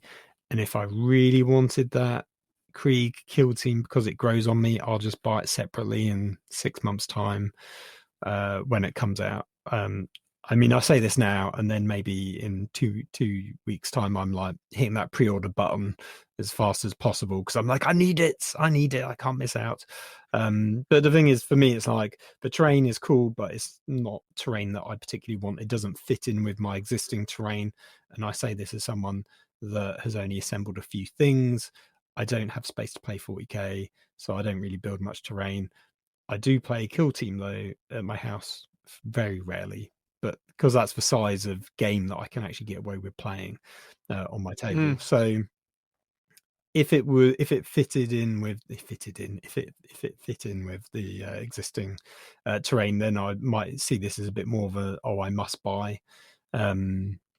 But at the moment it isn't, and no, but that's just my personal taste. I mean, other people might absolutely love it, and I totally get why. Well, there we go. Exciting stuff. I suppose we might as well move on and talk about Warzone Octarius Rising Tides. It's one of them there books that features a bunch of fluffy lore and or canon, and within it are obviously rules for a bunch of different things. But it looks like it's going to be Tyranids, Orcs, and a little bit of Imperial Guard, potentially, based on the photographs. There's not really a great deal. Oh, and Death Watch as well. Death Watch feature. in the photography. But yeah, I mean, there's not really a great deal we can kind of say about it at this point, other than the fact of it's a campaign book. It will come along. It will have some armies of renown. It will have some stratagems. It will have some war gear. Inevitably, something in it will be underwhelming, but then something else in it will be game breaking. Because that's sort of the way it goes, right, Phil? Yeah. I think that's normally how it goes. I mean, we still haven't seen book 2 of the Charadon Warzone yet, so it'd be interesting to see how that one pans out. People on the internet are saying that it's not so great for Chaos Space Marines by the sounds of things. Yeah. I mean, if it's just a compilation of all the old rules from not Pronexus, the Psychic Awakening, then it's a bit like Krieg. It's good if you're a new player and don't have the old stuff. If you've got the old stuff, it's a bit disappointing. I think that bizarrely a lot of the Chaos Space Marine players are holding out hope that maybe there will be just a tiny little box that says 2 wounds for those Chaos Space Marines. Right, that's never going to happen, because I agree. That's not how it's highly unlikely. That's not how rules work. They would have to reprint all the data sheets to give you the 2 wounds, because that's how data sheets work. It's very rare where they just add a little line on and be like, here you go. So yeah, I sadly doubt that will be the case. Disappointing if it is, but that's sort of what it's going to be. Back to when the day finally comes, Phil, that Chaos Space Marine book comes through, Cantor Blue will be very crikey, happy. It's going to be incredible. It's going to be a great book, I'm sure of it. But you just got to wait and grumble about it. Such is your right. Well, exactly. Yeah, I mean, with the Octarius thing, yeah, again, it's good that there's one coming. It's good if you've got those armies. It will have some interesting stuff. If there's some guard stuff in there, even better, because I was planning on picking it up regardless. Yeah, you're weirdly a real fan of these books, aren't you? Well, I sort of, it's weird. I like the Vigilus one, and I like sort of trudging through the lore, even though it takes me quite a long time to read them because I'm a bit of a slow reader. But I sort of just like the world building elements of these sort of pseudo campaign books. Such a dweeb. Oh yeah, I know. That's the bit that gets me going, basically. So, I mean, it was weird because with Psychic Awakening, I just didn't get them. And because ironically I didn't get them in both senses of the word, whereas these being war zones are so much more conceptually I can get my head around it. It's obviously a war zone against certain armies and certain other armies, whereas the Psychic Awakening seemed such a nebulous concept of what it is about, because there was no running thread through the story really, other than psychic stuff is happening, and I was like, oh, okay, cool. Psychic shenanigans is exactly. Look, here's a character, and eventually we'll release it, and you won't care. Exactly. I'm secretly hoping there's going to be an Inquisitor in this one, because there is a famous Inquisitor that was the one that I think diverted the Tyranids into the Orcs in the first place, which is sort of how it all got set up back in the day in terms of the lore that pre-exists for all this war zone. And obviously the narrative animatic sort of alludes to that there's some like person that wants to get involved that may be inquisitorial. So, that'd be always cool if we get a new one of them. Yeah, the armies of renowned and codex something brilliant, cool. It'd be cool to know what they are though, or a hint as to who's getting what kind of rules in this book. But I'm sure this is just a really early day tease. It was like when they first announced the Book of Rust, and they just said it's the Book of Rust with and there's, I think even then they were like, it's Admech and Death Guard, and that was about all we heard. And we're like, okay, any more info? No, okay. So let's move on to talk about the Orcs, because clearly that's the most interesting thing that's going on here. Because by golly gosh, yes, my goodness. So controversially, they begin with imagery of what is being called the Kill Rig. I'm going to be controversial, Phil. It's got lots of great elements, but I don't like the kill rig. Do you know what? To me, it sort of feels like a Fisher Price toy. Like, I agree. It's awful, isn't it? It's just not a comprehensive figure. It's just a mishmash of nonsense. concept-wise, This has a kind of He-Man vibe to it. no, right? no, Like, exactly. And I don't Yeah. know if it's because of the big squig at the front is sort of the paint scheme or what. Part of me suspects orc players won't like this. It's very big and complex. There's lots of intricate parts, and normally orc kits are big and bulky, covered in metal, and there's one or two orcs on it. You know, if you think about all the vehicles, are all very robust.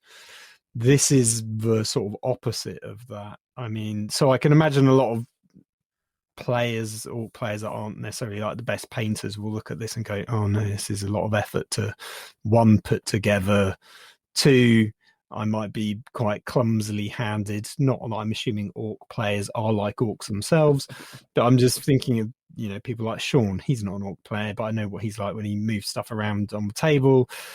This is a lot of parts, and I can just imagine a lot of people go, I don't want to paint, you know, I just want to be able to spray it black, dry brush it silver, and be like, that is my battle wagon painted. You can't really do that with this. It's a cool concept. I personally don't like it. It's weirdly, the rest I think is fantastic, and this is the one blip absolutely as an anomaly out of even pretty much the entire Beast Snaggers range that we've seen so far. When I first saw the drawings of this on that kind of cave wall a long time ago, I was really looking forward to seeing this one because I thought it was like a really cool concept. I think partly it needs to be longer. Like the wagon part needs to be further back, potentially, I don't know, bigger or maybe not quite as tall, because that kind of weird crow's nest is. It's just Well, the that's thing all is, right? for you. Well, no, it's not orcs for you, because this is uncharacteristically bad for the orc range, because every vehicle in the orc range is stunning. Like, I will acknowledge that there are a few minor misses in the orc vehicle range now. Like, maybe you don't dig the Gorkin Morkanaut. Like, maybe the Gork Morkanaut. Well, no, maybe you don't. I'm just saying that to me, I still love it, but I'm saying maybe I you can don't. imagine people wouldn't, yeah. But there's some elements to the Gorkin Morkanaut that maybe don't quite, you know, work for people. But the battle wagon, the truck, the bombers, the stomper, the myriad vehicles that they've got in terms of the buggies, the boomdaka snaz wagon, and all of that nonsense are all utterly gorgeous. The Death Dread, even the Killer Cans. The orcs have one of the most beautiful range of vehicles in the entire 40k dumb, and this is such a misstep. This is terrible. It's like it. And the thing is, the worst thing about it is you hardly ever see it played, because I bet in terms of how it interacts with like terrain and how it kind of moves around the board, at least in the competitive sense, I just get the feeling it's going to be awful. Well, so in the live stream, they said it's as big as a Baneblade. Now, oh, God. If that was true, you won't see it played anywhere because it won't be able to physically move around anywhere. I suspect that, however, it's not. It's taller than a Baneblade. It's clearly not as wide, because that is a knight base, I would assume. This is their equivalent of an orc knight, for want of a better word, with psychic powers or powering guns or something. And I mean I think rules-wise it might be cool. That Weird Boy mini on his plinth with the flamey-eyed orc skull, incredible. Like, that individual element, amazing. But we've already seen that Weird Boy can go on a base and looks amazing on his own, right? And then a lot of the individual, you know, like gunners, the guy with like the chain sword, or rather the chain axe kind of wielded downwards. Yeah, there's a lot of beautiful individual elements. Do you know what would instantly improve this? I don't know. If you say, let's say you keep the psychic boy at the top, get rid of all the other boys and replace them with Gross, it's instantly a better mini. Well, I think that's it though, right? Because you compare this to, I don't know, like look even at like the Age of Sigmar range. You look at like, you know, the giant spider covered in like goblins and stuff that they do, and the way they kind of express the ideas in that way. And it's just, I don't know.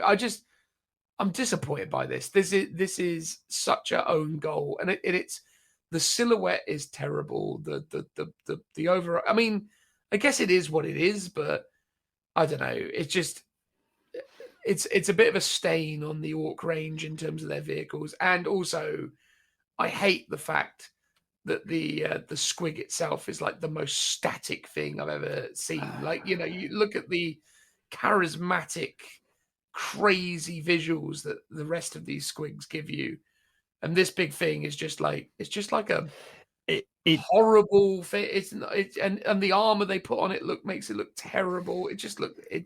Yeah, I mean, it's I don't like it sort of. I think from the first image, it looks like he's static and he's not moving. And I presume the idea is he can charge into combat because he's got a big spike on his head. Yeah, of course. If you look on the other image where you see the left-hand side of him, one foot is slightly up and he's slowly plodding along. He's not, galloping at a pace. He's effectively like a big fat pig, isn't he? Really, a squig pig. And he, just doesn't really convey a sense of speed with that. Also, doesn't really convey any kind of like menacing kind of like ferocity. Like you compare this to the Giga Squig or the Mega Squig or whatever it was, the massive Forge World mini with its incredibly huge mouth, and how it's like screaming out, and it's got all that dynamic motion to it, and it's the kit is old now, and it does show its age in some regards. But it's got so much more kind of presence to it. It's weird. This kit. I mean, we don't need to say any more about it than this, because maybe from a rules perspective, it's going to be interesting. But model wise, it's too 1980s Mattel for me. I'm not into it. I'm really not into it. That's the vibe I get, and partly it could just be the color scheme. Same problem with the Krieg. It just might be the paint scheme. It might be, and again with Krieg, it might just be how it looks in the photos. Like quite often, I say it loads of times, that I'll see a model and I'll hate it, but as soon as you see it in person, like painted, or not even painted, just in person, if it's painted like Warhammer World, even better. And then sometimes you're like, oh wow, like that's a beautiful model. And sometimes the photos just don't convey that. So even though sometimes I do hate on something straight away, sometimes they're a grower and not a shower. How much bigger can it get? Who knows? But no, look, it's Well, that one's pretty big to start off with. Well, exactly. Well, there you go. Imagine what could become of it. I mean, look, from one extreme to the next, we go from the kill rig, or the hunter rig, as it apparently has its alternate name, and we move on to the beast boss. Look, the beast boss is, I'd struggle to say perfection, because I don't feel like that necessarily is the correct description, but it's bloody good. It's I mean, the pose, the expression, the stature, the everything about it is just it oozes lethality. Like you immediately look at that and go, good God, I'm in for a hard time if that guy runs into me. I mean, it's superb. Like, I mean, again, I can't really think of any other better way of saying it. It's nearly perfect. It's phenomenal. It's a beautiful miniature. That beast boss, yeah. I mean, wow, incredible. It's good. I think the one thing that, and not to criticize it, but the one thing that lets it down Please criticize it. Is very similar to the other big boss that they previewed recently, which I think it was the Orc in Mega Nob armor, who had a grot. Mate, it's totally different. Didn't he have like a grot or a grot on his shoulder, like a Yeah, but bit like guy's this got a guy. squig on his shoulder. Well, exactly. That's the two things I instantly compare. Like, regardless of the rest of the model, I'm like, oh, this has got a gunner on his shoulder, but the grot version was better.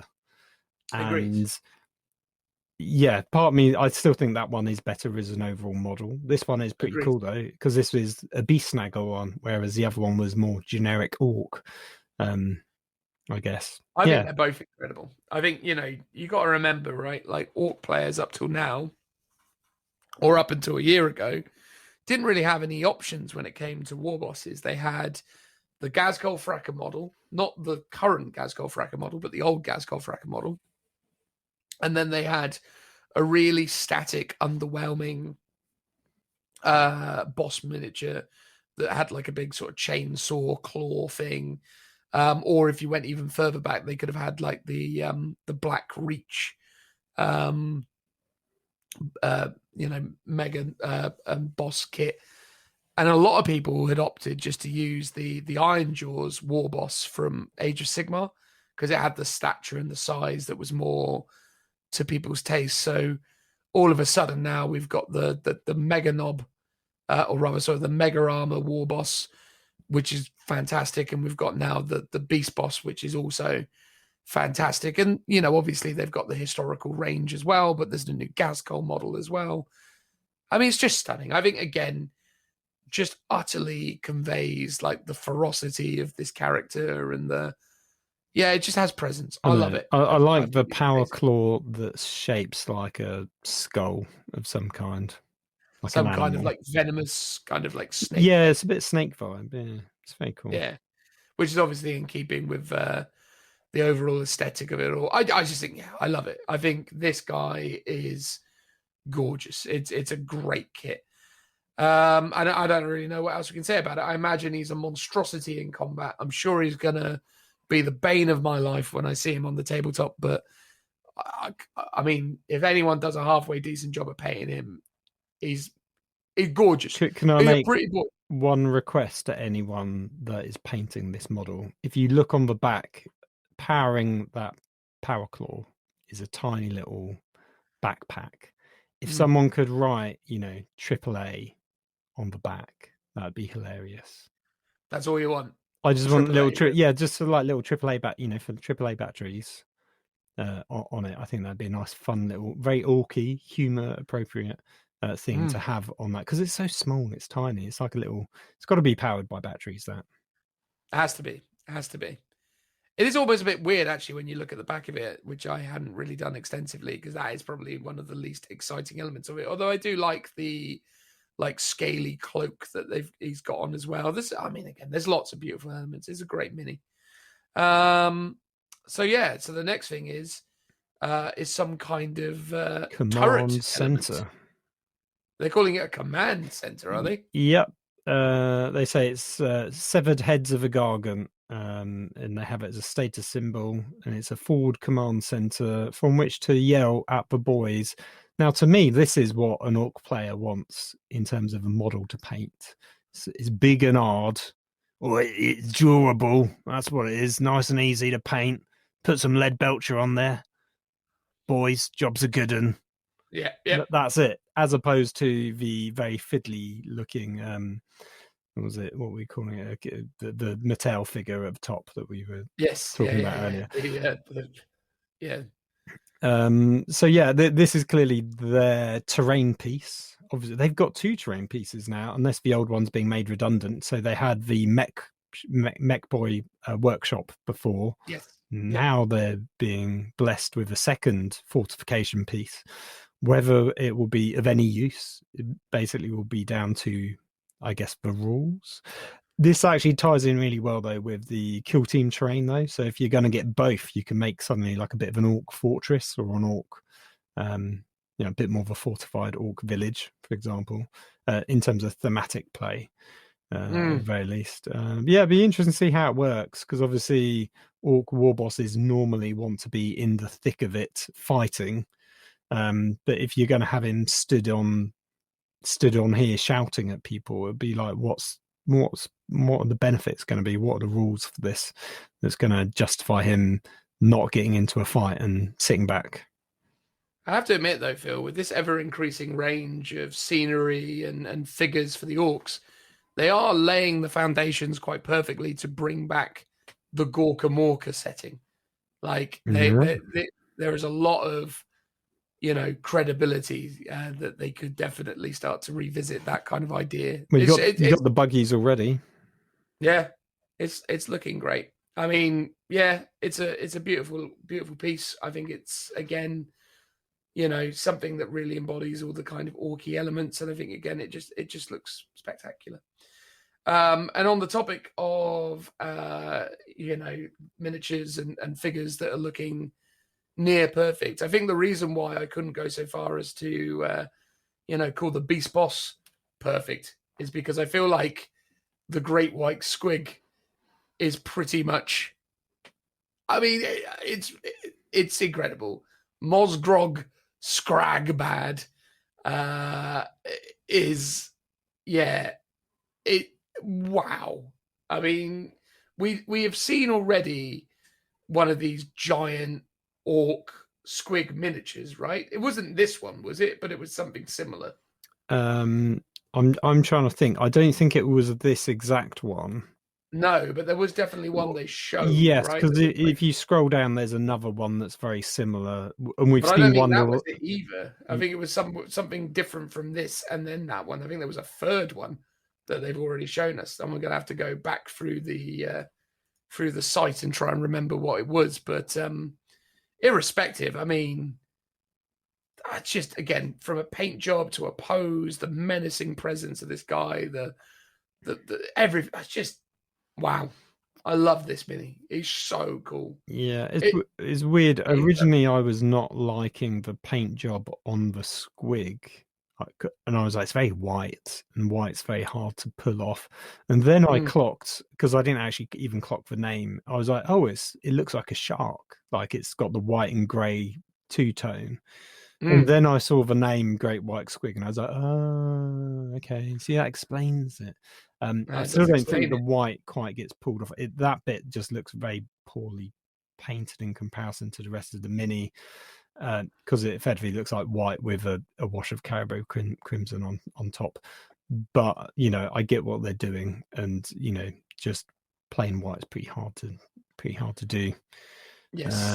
And as they say, you've gone straight to 10. You can't go any further. So it's like it's all white, so the highlights can't go any whiter. But I think sculpt wise, it's pretty phenomenal. He's got a cool Terminator face. He's got some big claws. He's got some great tattoos painted onto him. It's probably important to highlight when you say Terminator face, you're talking more specifically of the fact that he has a half burned out robot orc face, not the face of a Space Marine Terminator, right? Correct. Yes. Sorry. I forget in this genre there are multiple different versions of what a Terminator could be. Yes. Yes. Well, I mean, it's within the confines of a 40k podcast, it's probably always good to remind people that in pop culture, Terminator has other Do you know what that someone could do if you're doing beast snaggers? Here's an idea for you. Make them, rather than just hunting giant beasts, make them like Tyrannid specific hunters. So take all the elements of like the scales and the claws and sort of Tyrannidify them, so it looks like these guys are going around hunting Tyrannids, which makes perfect sense for the war zone, because that's exactly what they'd be doing. So if someone was to do that, I'd love to see that kind of conversion work that you could do. No, totally. So the version that we had seen before that we were quite happy with was a version riding on a big kind of squig with a hammerhead. So it had like a big kind of like hard skull plate on it. And to be fair, when I looked at that mini, I was really impressed with like the stature and the menacing presence of the orc riding this squig. But when you go back and you compare that to this guy, I mean, like, again, I appreciate, Phil, you can't see the comparisons, but I mean, the difference is dramatic. And I remember which one's better? The new great white one. The new great white one, Mhm. 100%. Wow. But yeah, like the difference is profound, mate. I'll send you the link so as you can inspect it in a Thanks very moment. much. But mate, yeah, flipping heck. Because genuinely, I remember us looking at this first figure and being very, very impressed with what we were seeing. And it's actually quite incredible when you go back and you look just to see the point of comparison. It's dramatic, to say the very least. Yeah, wow, it's phenomenal. And it appears that there is a second version. Now, I'd be intrigued to know. I mean, at a glance, it would appear that this is a dual kit that can. Does it state that it's a dual kit that can make the regular Warboss variant? It seems as if that's the case. Looks wise, I would assume so. It doesn't say though. Well, irrespective, I mean, both of these minis are. Oh wait, hold on. So sorry, the beast boss at on Squigosaur can also be, is that right? The Great White Squig. Gotcha. So those two are multi-part. In fact, just looking at it now, yeah, it's got the same face and left mechanical leg. So obviously it's got a different guy riding on top, so you can swap out the two. And obviously go show what a difference like the paint scheme actually can make to make that model look completely different. Totally. Yeah, I'd love it if there was a bunch of these like giant squigs, because I know there is like a squad of them, but I wonder like how many of these like super big ones that you can actually get into an army, because that would look pretty cool.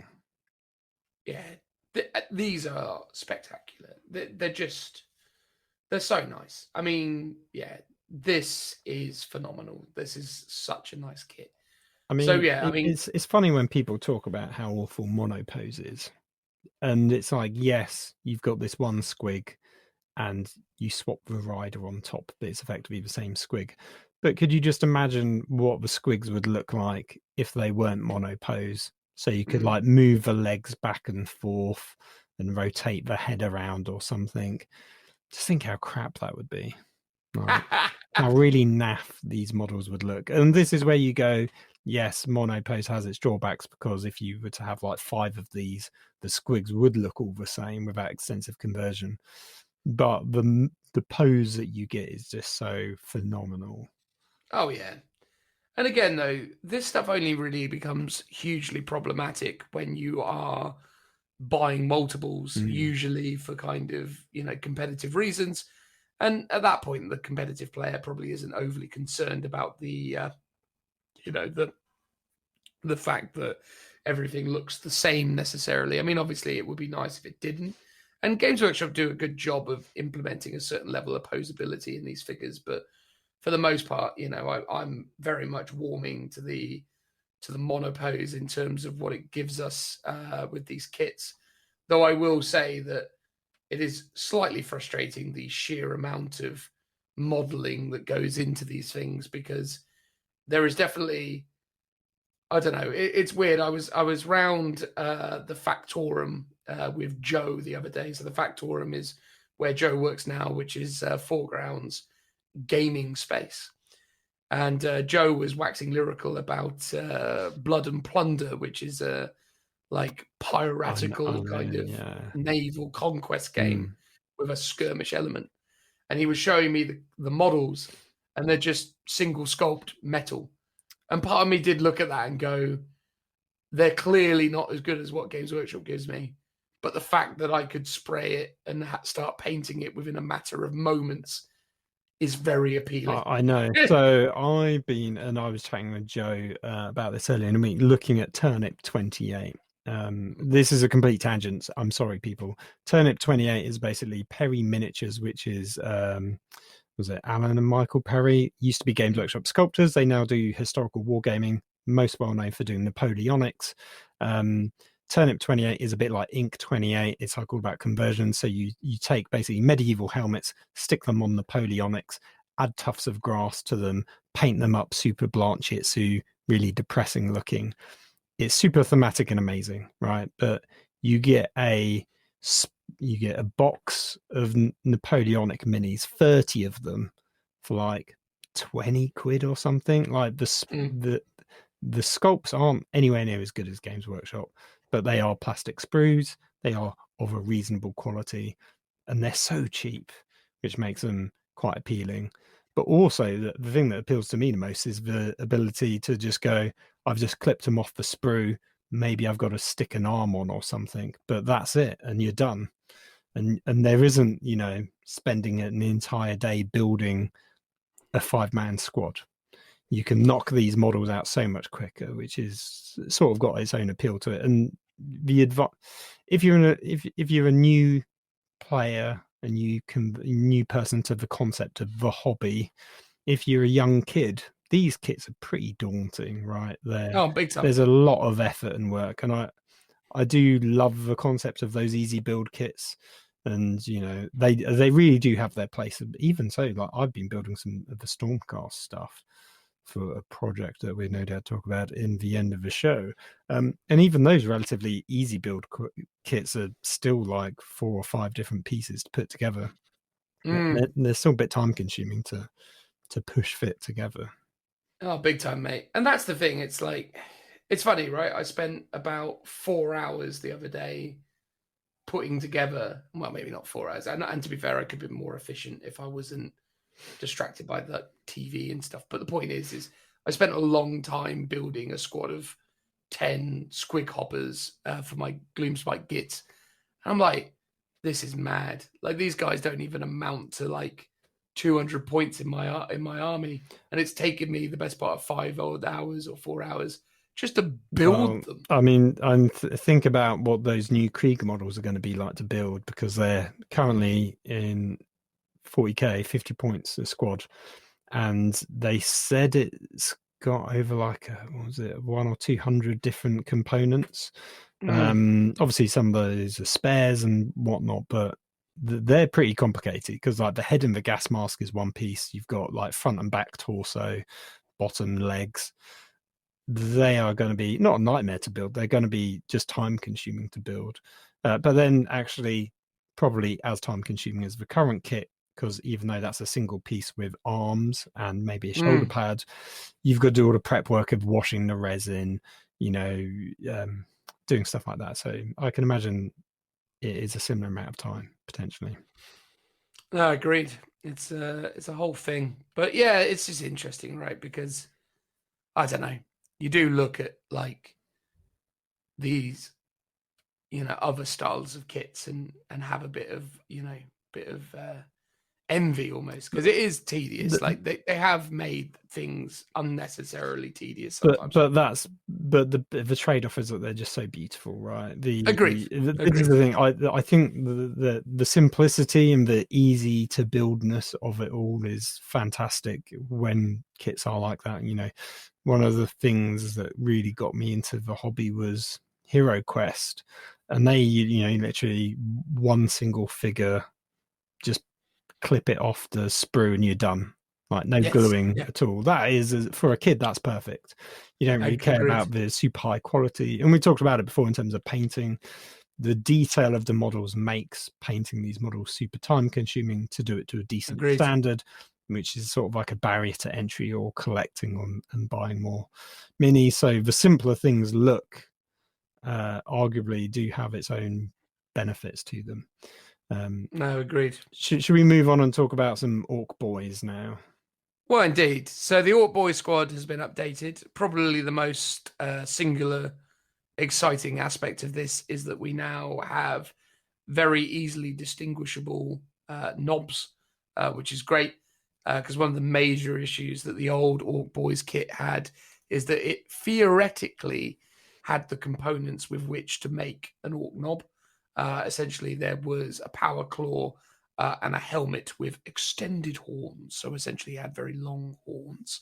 But it was actually quite difficult to denote that as said knob, because essentially it had a sort of, effectively was built on the same frame, the same stature as a regular boy. And that made it quite difficult to kind of, pick out, especially if you didn't arm it with its sort of eccentric power claw. So a lot of people were having to essentially get the knob squads and then kind of, peel out those miniatures and add them. So effectively you were buying, if you only wanted a 10-man unit, you were essentially getting some relevant redundancy, because even though you could theoretically use the kit to build, a knob and 9 boys, it was very difficult to sort of tell them apart. Whereas now they have done a good job of really kind of adding some flavor to make that knob model stand out.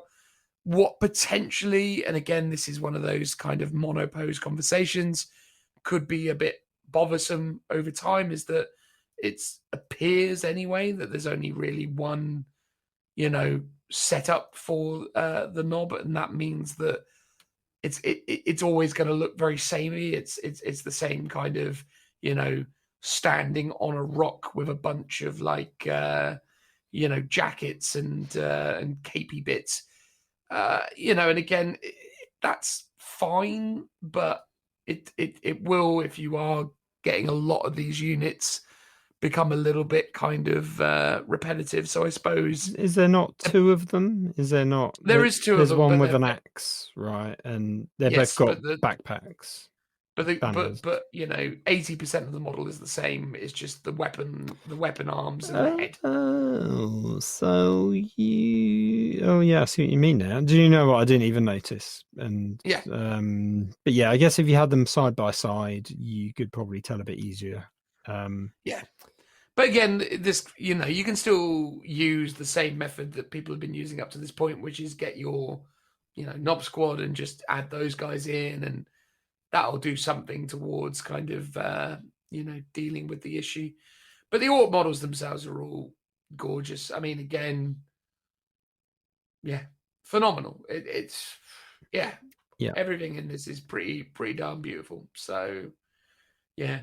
Again, though, I mean, the heavy weapon guy, is obviously quite monoposed as well. So that's a little bit samey. But yeah, I mean, that's the trade-off with the monopose figures, I guess, is that you get some really gorgeous looking stuff, but as you start to repeat them, it all just gets a bit samey. Yeah, no, I know what you mean. But, people can kit bash them, cut bits up, and there is a sort of charm to converting at monopose stuff. It's not necessarily easy, but it's sort of, as difficult as it would have been in the past with your non-monopose models, really. And ultimately, I think you end up with a better sculpt at the end of the day. Oh, totally. I think where it becomes bothersome for the orc players is that quite often they're going to want to add lots and lots and lots of boys to their units. They're going to have big units of boys, and that is where it starts to get a bit ridiculous. But the truth be told, it doesn't ever really feel that as bad as it never really looks as bad as you think it is. But it's interesting, because I remember when they first talked about the beast snaggers, and a lot of orc players were like, "Oh, I'm so glad they've not updated the boys kit. I don't want to have to get more. I don't want to have to," or either they were saying, "I've already got them, so I don't need more, and I don't want to have to swap them out to like update my army," or 2, it's like, I don't want the inconsistency of like orcs are different to my other boys because these ones will look so much better. So I wonder how orc players currently feel about this kit, because it is a bit like the same situation as Krieg and plastic. Is like, if you've already got an orc army, do you care about these orc boys, or you? I would presume you don't. I would presume you would do what you're doing with the Krieg, which is, if you've already got it, you're not going to buy it again. Yeah. Unless you want one unit of it or one extra box just to sprinkle in to just add that flavor into some units. But yeah, because they are gorgeous sculpts. Yes. Yeah. The other thing that's really exciting, though, is that they're actually bringing back the Death Korps. Oh, this is so cool. And and this was a really pleasant surprise, because, for those of you who maybe forgot or didn't know, the Death Korps kit is, at least the one you can buy at the Games Workshop website at this point in time, is the old Death Korps kit based on the Gorka Morka game. So Gorka Morka released around 98, 99, or maybe even 97. But Gorka Morka is a very old system, and it introduced the kind of Deathcopter concept. And then in 2006, 2007, maybe earlier than that, actually, they introduced a start collecting box set called Black Reach. I believe it was the 5th edition box set was Black Reach. And in there was the new plastic Deathcopter kit, a very two-dimensional figure. Essentially, it was like two kind of elements that you sort of snap together, and then you would attach the orc arms that would kind of, lurch out over the figure.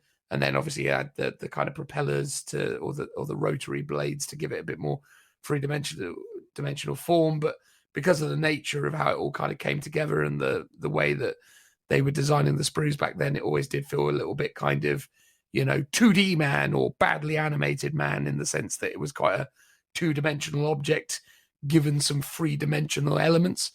But these look incredible. And what's really interesting and really exciting is this is, as far as I can tell, the first, if not only, flying model that Games Workshop has made where they haven't put it on a clear plastic stem.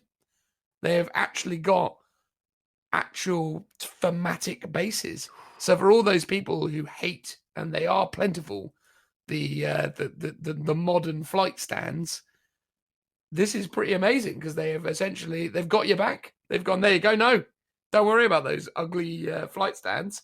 We're just going to put a bunch of stuff on the model that just seamlessly, merges it to the base. Yeah, they're learning. Well spotted. Phil. Yeah, no, it is. It's like they saw what I did with my Inceptors and were like, we can do that.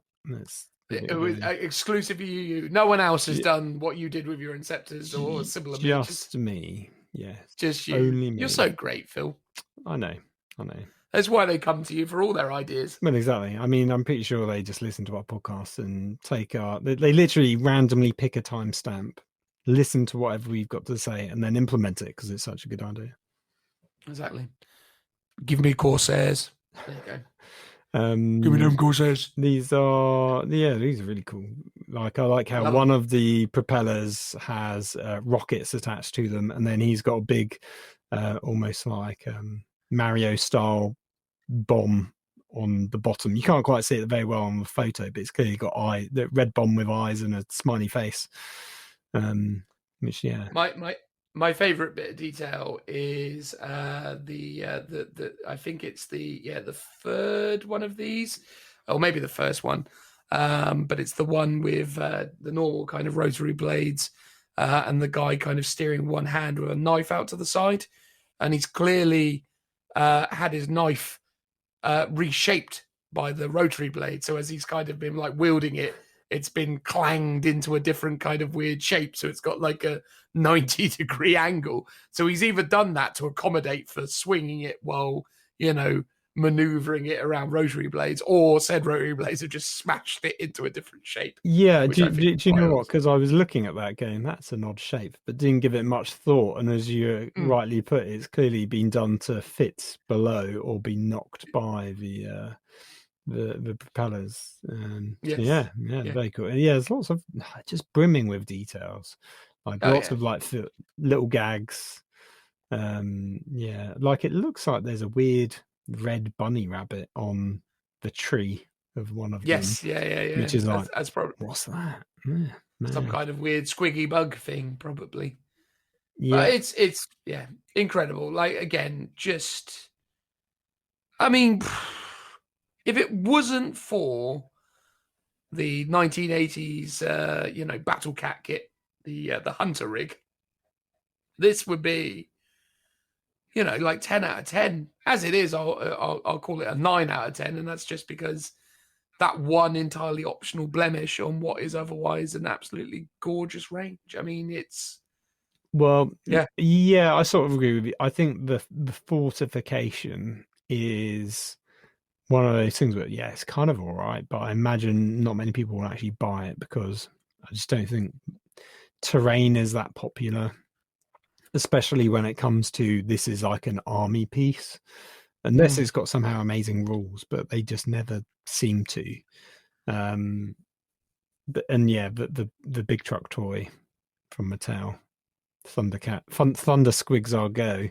That one is a bit of a miss for me, but the rest is pretty spot on, I have to say. Incredible.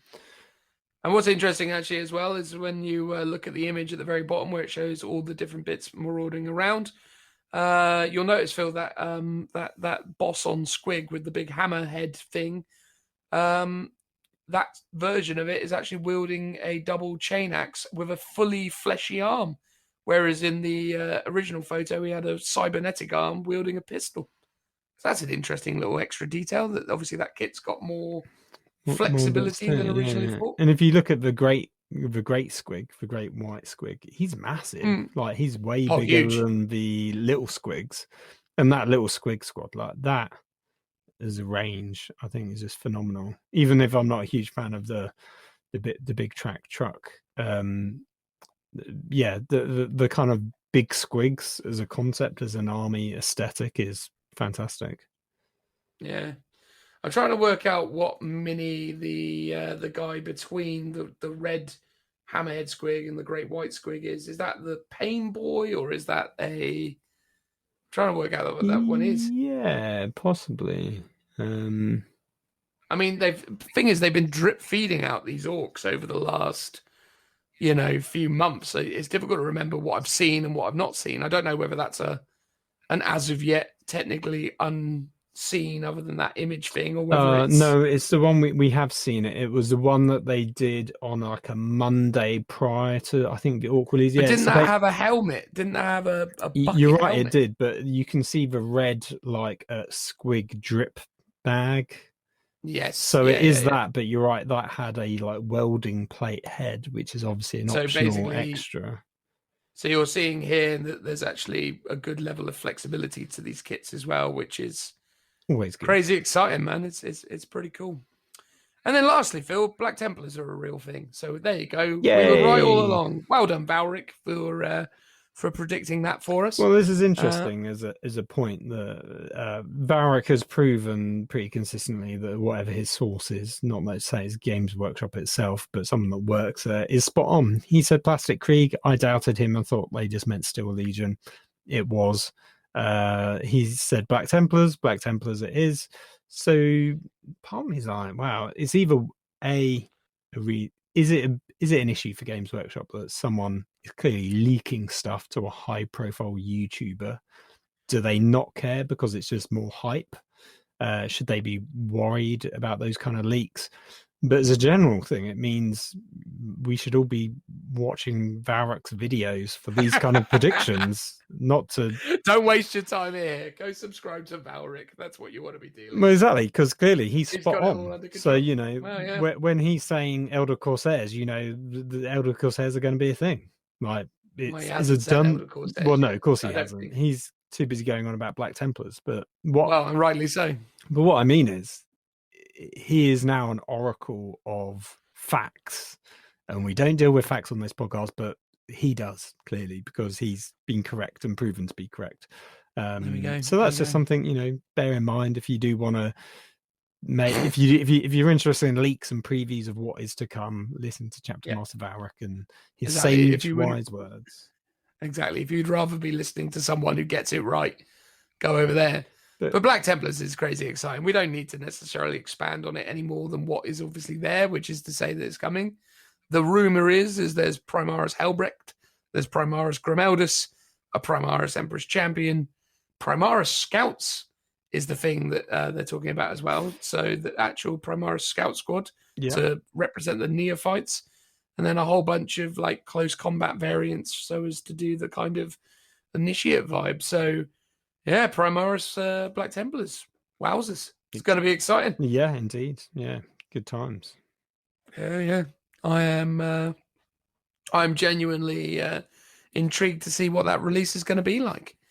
But there we go, Phil. Look, I mean, that was us talking through the various things in the update. I'm not sure if that was better or worse than what we would have talked about had it not happened. I mean, again, this was another one of those classic moments where me and Phil were debating what kind of, segment we wanted to conceive to get some kind of interesting information across to you. And in the end, Games Workshop came out of the woodwork and went, don't worry about it, lads. Just talk about this. So exactly. cheers for that, G-dubs. This is enough for a whole podcast. Brilliant. Exactly. If I only wasn't having to edit it and put it together at such short notice, this is going to be crazy because this is probably the earliest we will have ever have got a podcast together before it's released. This podcast is literally will have been done the Sunday after episode 93 came out. So basically, and it's just got to sit waiting to be released for a whole week. I mean, think about all the interesting things that would have come out in that time. Yeah, exactly. But that's the problem, you see. So if other interesting stuff did happen, this is us essentially acknowledging that that's how that went. Probably would have made more sense if we said it at the start, but never mind. We didn't think about that at the time. It was difficult, I haven't had much sleep today. I'm feeling woozy. Let's get on to the outro, Phil, so as I can go to bed. Brilliant. Transitional noise.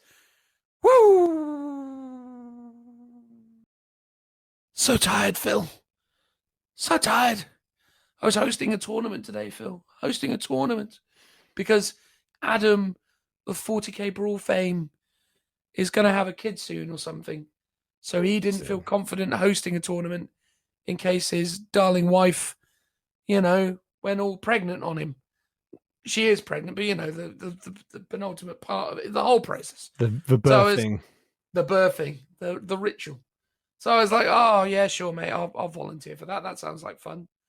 But then weirdly, because of the whole I have to wake up at 7 o'clock to drive to pool thing, the idea of having to wake up early in the morning completely disrupted my sleeping pattern to the point that the weird sort of process of it led me to only sleep for about 3 hours. And then I drove down there feeling like half asleep. And then I kind of powered my way through the day with, a certain kind of mad enthusiasm that was invoked by being, quotation marks, important. And then I came home knowing that I've got to basically do this. And I was like, wow, this is a bit of a thing. Well, because I'm going on holiday next week, Phil. Yeah. Going out there into the mad world of COVID. That's basically how that's going. The numbers are going up, and I'm just going out on holiday because apparently that's okay. I don't know. So did you have fun judging the tournament? I'll tell you what's really interesting when you do the TO role. And I'd strongly encourage it to people. Like, here's the thing, right? The reason why I chose to TO is, one, to do Adam a favor. But in truth, I was angling to do it before that because I'm a bit checked out on competitive play at the moment. I think my problem is that I think the competitive game of 40k is such that I struggle with it conceptually. I still haven't really kind of understood it at its core, and effectively that really impacts how I play, because 8th edition, by the end of it, I had such a good, strong understanding of how to perform within that game that I had tailored my army lists appropriately and I understood it mechanically. 9th edition, I'm just not as comfortable with it. And when I watch it being played competitively, I just don't really enjoy it as much yet as I did with the old edition. So, and I just got a bit of burnout from it. I went to 2 tournaments over the last couple of months. I've played a bunch and I'm just like, I can't be bothered to chase the meta at this point. So I'm just very. So why on earth, if you're bored of the tournament scene, would you want to go and judge a tournament? Well, because I'm not bored of the scene. I'm not invigorated by the playing. For me, I think it's more important to kind of positively contribute to the community and to do something that kind of helps it, perform better or grow. And, though I may not be hugely into it at this point in time, I still know the rules very intimately. I'm still very capable at making judgment calls. I'm still a very, knowledgeable player. I'm just not capable of playing it at that kind of high competitive level at this point.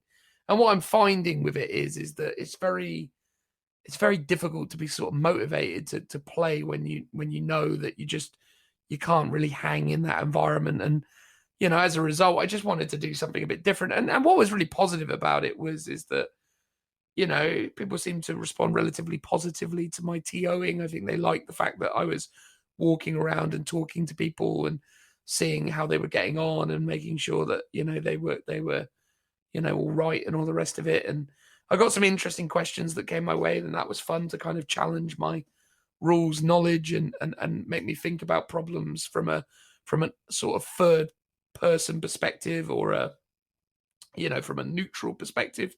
So to come at an issue and look at it very analytically and not be, embroiled in the emotional aspects of it. Because obviously when you're playing the game, you want a ruling to go a certain kind of way so as to, manufacture a more desirable outcome. So it's quite fun approaching these situations and hearing both sides of the argument and trying to come to an objective kind of accurate ruling on how they need to proceed. But yeah, I just enjoyed it, mate. It's fun. It's funny, like I was talking to Adam about it, and he was saying to me, like, well, if you wanted, mate, you could run your own tournaments here. Like you could do like, a Lookout Sir, more kind of narrative-y, fun themed event or something. And I was thinking about it, but I just think at this moment in time, I'm not really looking to kind of do every aspect of the organization. I just kind of like rocking up to someone else's event and being there to sort of ref it or to offer some assistance, So yeah, but maybe it's something we could consider, Phil, something we could look at running a 40K if event. people are interested in that kind of thing and live within the pool commuting area, let us know in our comments and let us know if that's something you'd want, and maybe we'd consider it. Yeah.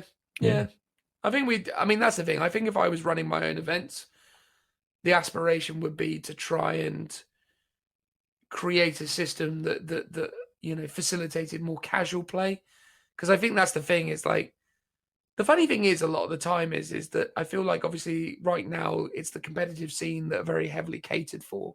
But I do still think there's an appetite for the casual players to get together and play more thematic, fun, but still competitive games. And, I think this is the weird kind of dynamic between like the ultra competitive and then just the more casual players.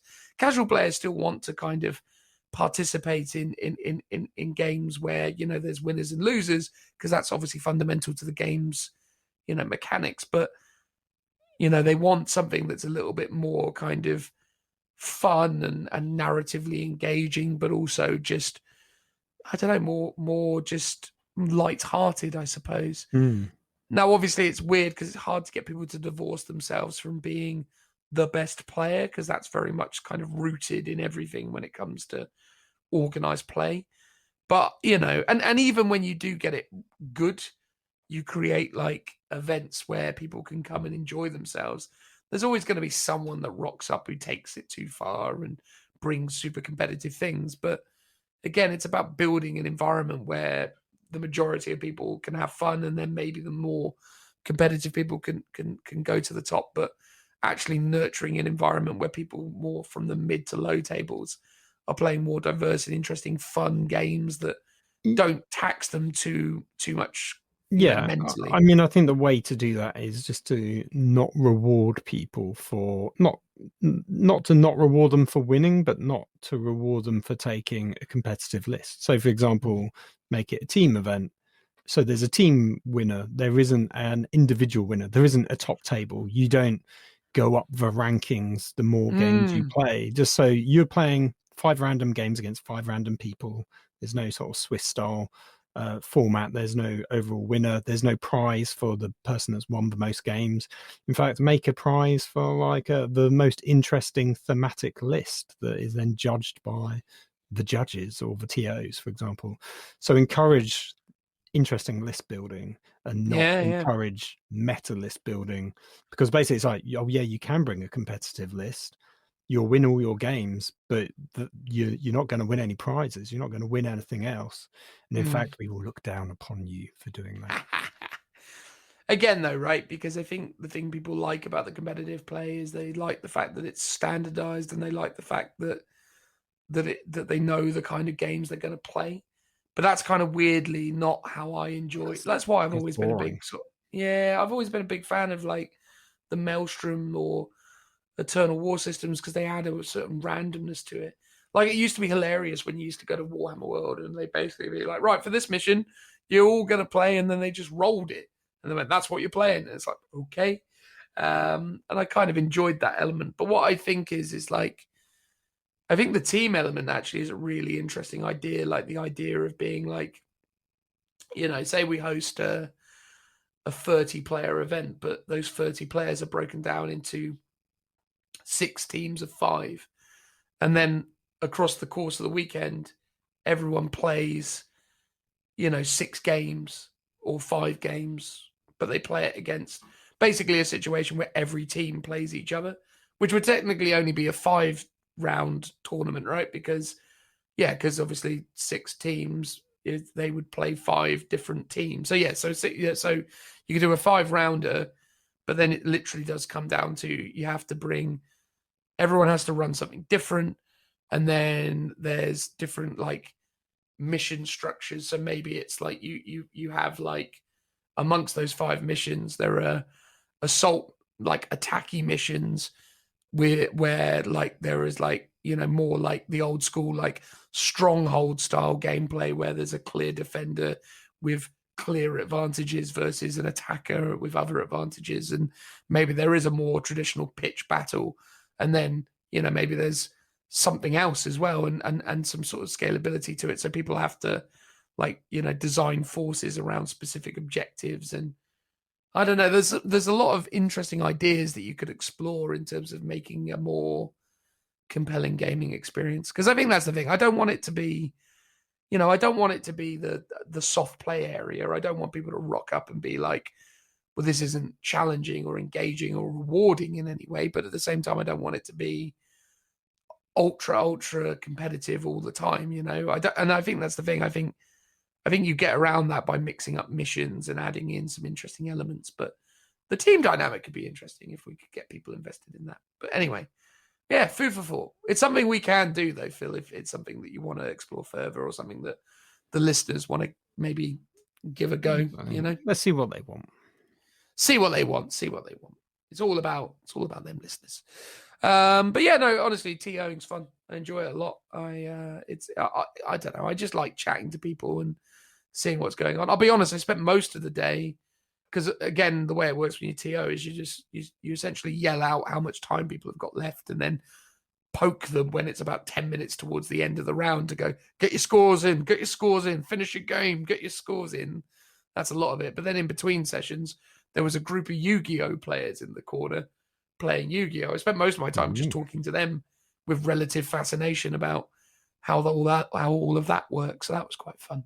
But yeah, it was a good day. I enjoyed it a lot, and obviously thankful to Adam to give me the opportunity to do it. I know it seems a bit odd because obviously he was grateful that I did it, but I just thought it was fun. It's just nice. It's just a different thing. It's a different thing. I was worried.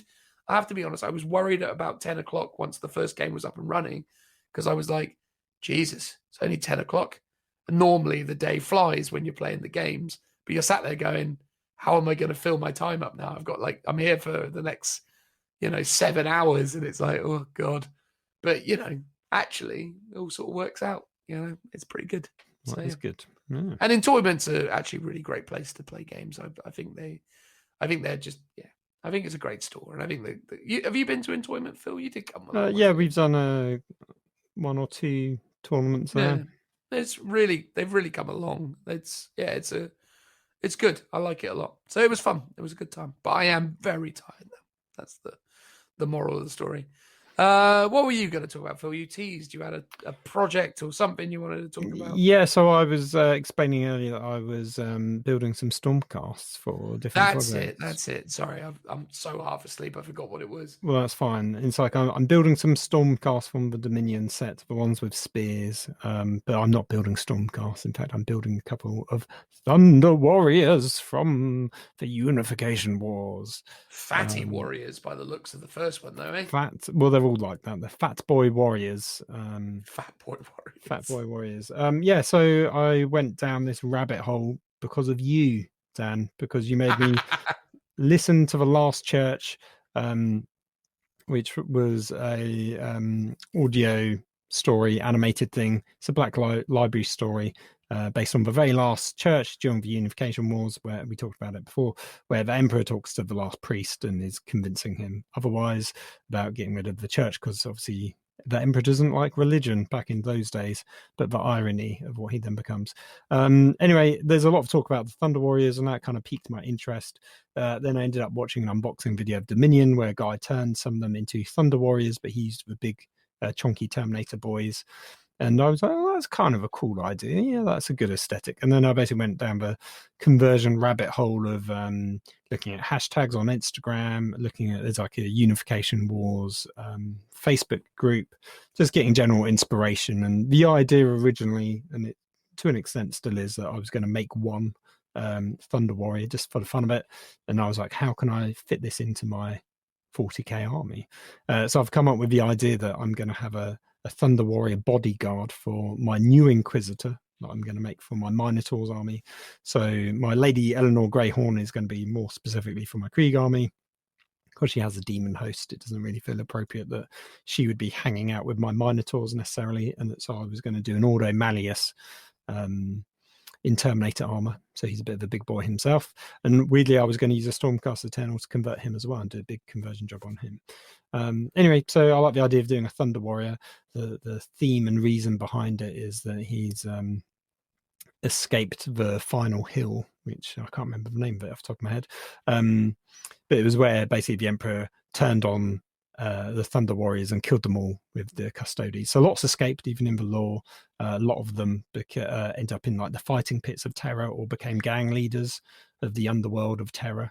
So there's plenty of excuses of how they survived. In my headcanon, he basically ends up getting captured and put into stasis, and he's basically treated like a prized piece of artwork, held in frozen stasis. in carbonite, Like similar to frozen in carbonite. Yeah, so he's kept there on display by this noble family, and then passed down like an antique from generation to generation. And eventually, thousands of years later, one of those family members becomes an Inquisitor, and then from then on gets passed on from Inquisitor to Inquisitor as an object curio, I guess they would call it. And just till we get to like our final or second to final Inquisitor, and basically the current Inquisitor that I'm going to be creating ends up defrosting him from time to time in his most desperate hour of need, when he wants to basically have a big beat stick to punch people up. And so he gets kind of rolled out every so often, like a dreadnought would be awoken, do a mission, and then go back into stasis. But the interesting thing is each time he gets reawoken, because the gene wrought, like the gene technology involved in the Thunder Warriors was always unstable, so over time they would degrade. So the idea is every time he gets reactivated, he sort of slowly degrades, so every time he gets used, he's effectively getting worse and worse, like the Stormcasts that he is based on. Oh yes, yeah, a bit like that actually. I didn't really think about it. Yeah, because every time they are reformed after dying, but obviously he's not dying, he's just getting put back to sleep, as it were. He's going, oh, I'm quite enjoying this whole, being not frozen thing. And they're like, oh, back in the tank. Yeah. It's like, oh. Back you go. Exactly. Yeah, so how do you feel about, simulated drowning? Hey, there you go. Get in there. I imagine that's probably what it's like getting in the tank. Quite likely. So yeah, that's the concept behind one of them. I like the idea of doing like a squad or something. So I might, because I've ended up buying a squad of 10 of a Dominion model, so I might as well make a few more. Currently I'm looking at running them as Custodes. So I was going to do Valeria and what was his name? Is the two Black Library Custodes and Sisters of Silence. So maybe that's how I'll run them in 40k potentially. So a single Custodes with a Sisters of Silence model, of which I've already done some before for my previous Inquisitor, so I could just reuse one of those or make a new one, for example. So that's how I'm sort of thinking about running them, so they're comparable to Custodes, because they are meant to be better in combat than Space Marines. Obviously they wouldn't have a 2-up armor and would probably have different weapon loadouts, so there's that to consider. But I like the idea of it, and I like, if I'm gonna do one, I want to do one that I could paint up relatively quickly. Nice high points value as well, which is always good trade-off of my time.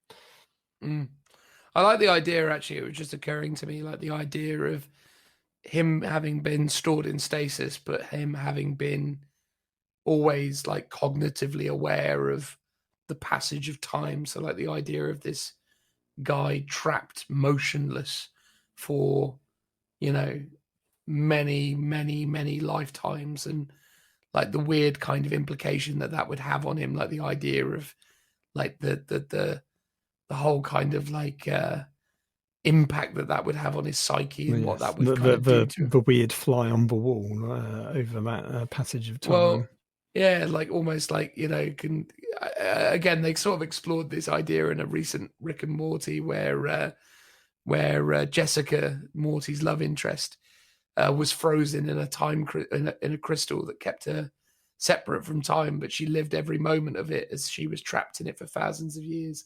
And it gave her this weird kind of like existential vision of having essentially lived for thousands of years trapped in time. And it made her all very kind of pious and existential, as it were. I kind of like seems quite dark, which is suitably 40k. Exactly, right? I like that sort of idea, but also the idea of like, you know, there being a kind of strange barter with the Thunder Warrior, in so much as obviously the thing that he doesn't want to happen is to go back into the tomb, as it were, back into the time situation. And so it's almost like trading off the idea that the Inquisitors kind of bartering with him for his services, basically preventing him from going back under. Yeah, I mean, so his name is was it Canis Olok the Last, because he's the last Thunder Warrior. But I do like the idea that obviously the Inquisitor is going to have connections, so could use some technology to postpone or slow down the degradation of his cells. Yeah.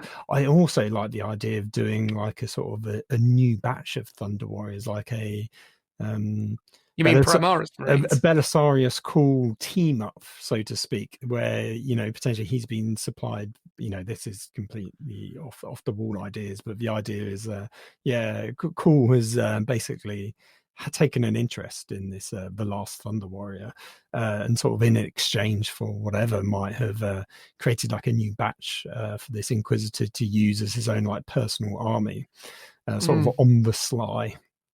Obviously Gilliman wouldn't take much stock in that sort of thing, but you know, if I just as an excuse to basically do like a kill team of them, or like a small 500 or 1,000 point army of them, if I go mad on the idea of converting a squad or two up.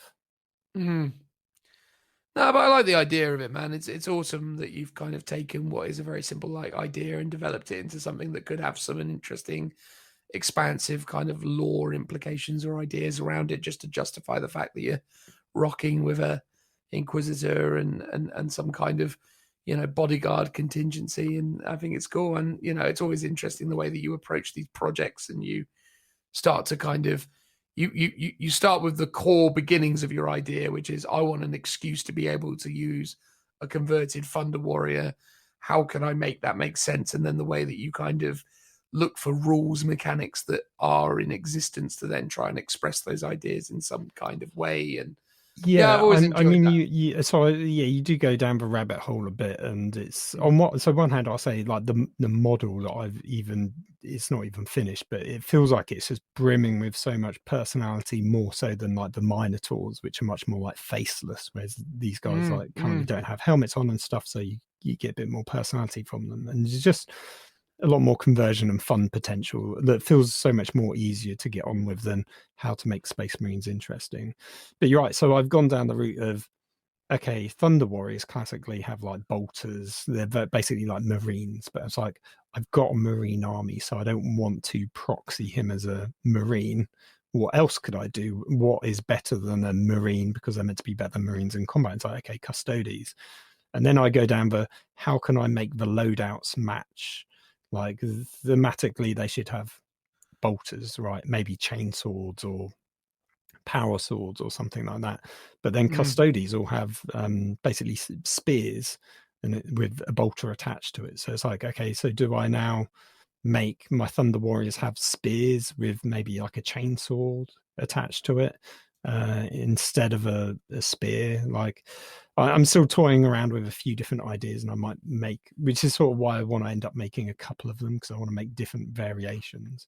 Because like in terms of WYSIWYG, do I make them less look like a Thunder Warrior by giving him like a spear weapon, but a Thunder Warrior-esque inspired weapon, or do I not make it WYSIWYG? Because basically, let's say a custodian with a custodian spear. The spear is a close combat weapon and a bolter, but it's like a better bolter. So could I represent my Thunder Warrior with just a bolter and a chainsword? Is that okay? Would someone get the concept if I was saying this is a custodian? Would he go, yeah, I get that? Or would he go like, but where's his spear? So if I had a Thunder Warrior with a spear, he could get it more in his head, like, oh, cool, I get what you're doing. So those are the sort of ideas I'm toying with at the moment. Again, though, right? Inquisitors are incredibly, powerful and, important figures within the 41st millennia. And the idea is that they would be able to, obtain, any kind of gear or equipment that would, meet their requirements. So if they had a preference for that Thunder Warrior to be dressed in more modern ornate armor and being armed with a Custodes-esque spear, ultimately that would be within their wheelhouse, as it were. So I think that's the other thing. It's like, obviously you want to have the nods to the original kind of theme, and you want to make sure that you're, designing your miniature so as it's quite obviously, a Thunder Warrior. But at the same time, it's one of those things that, the equipment can pretty much be tailored, because again, it's not, you don't need to give them the old school default loadout, because just because they've managed to capture or contain a Thunder Warrior for thousands of years doesn't mean that they maintain their original loadout. They might have just been like, here you go, mate, here's a Guardian spear. Yeah, so here's the thing, like I want him to have like the original gear from that sort of point of view, but also at the same time, is like everyone just assumes that a Thunder Warrior has a bolter and that there's only one type. It's like there's more types of custodians, there's more types to a Space Marine. It's like, of course, Thunder Warriors would have different types of Thunder Warriors. There are different squad loadouts, but no one's really thought about it. And if they were to ever go back to the Unification Wars and do that, that's exactly what you'd get. You would get close combat Thunder Warriors. You would get Thunder Warriors with artillery pieces or whatever you might have. So it's quite easy to justify it from that point of view, that yes, there are Thunder Warriors with bolters, but there's also Thunder Warriors with, special flamers or plasma weapons or whatever they might have had. From a purely bolter point of view and relating that to Custodes, there's the Special Forge World custodians, which have like a bolter and a weird sort of Volkite type combi weapon. So if I was to do a squad of them, that I wanted to make look like classic Thunder Warriors, I could make them the shooty version of the custodians via those rules mechanics. But as a one-off, I think I could just do, as a one model for my as my bodyguard for my Inquisitor. I shouldn't be trying to constrain myself so much to the rules and just go with rule of cool, give him a pistol or a sword or whatever I think just looks good. Yeah, totally agree, mate. You want to get that kind of rule of cool going for sure, and go with the stuff that looks pretty great. Miraculously, while we were having this conversation, Phil, I've just found an account that you don't apparently follow that has been doing some rather lovely Thunder Warrior conversions as well. So I'm just going to share these with you. And you see the delights of this guy's account. Miraculously, that was very weird that I came across it, because he was doing these really beautiful sisters conversions where he's got the body of the lower body of the sister, then he's put a scion torso on it, and then he's used Scutari.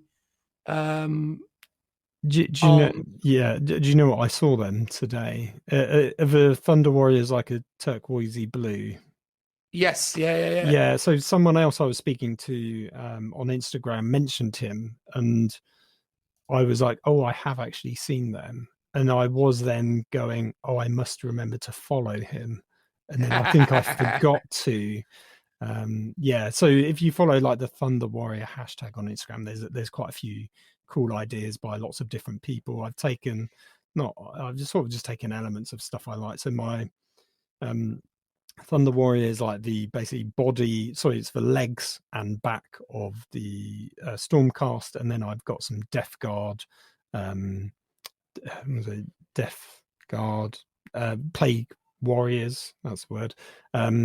Plague Marines. I've got their torso front, and I've used those chest pieces to add to the Thunder Warrior, and then ultimately I'm probably keeping the same shoulder pads.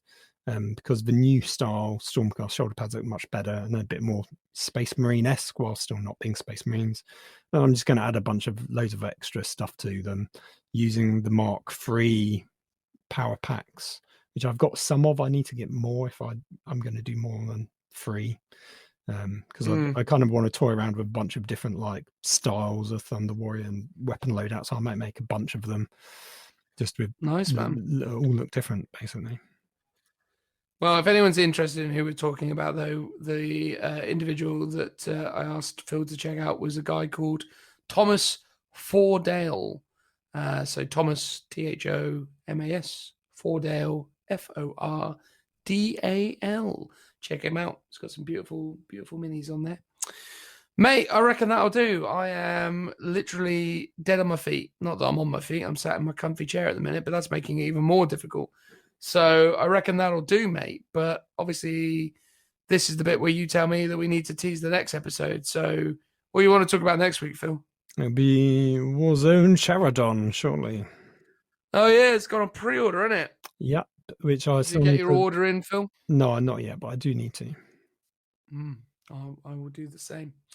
I will place my order. And then we can talk about the old belly core.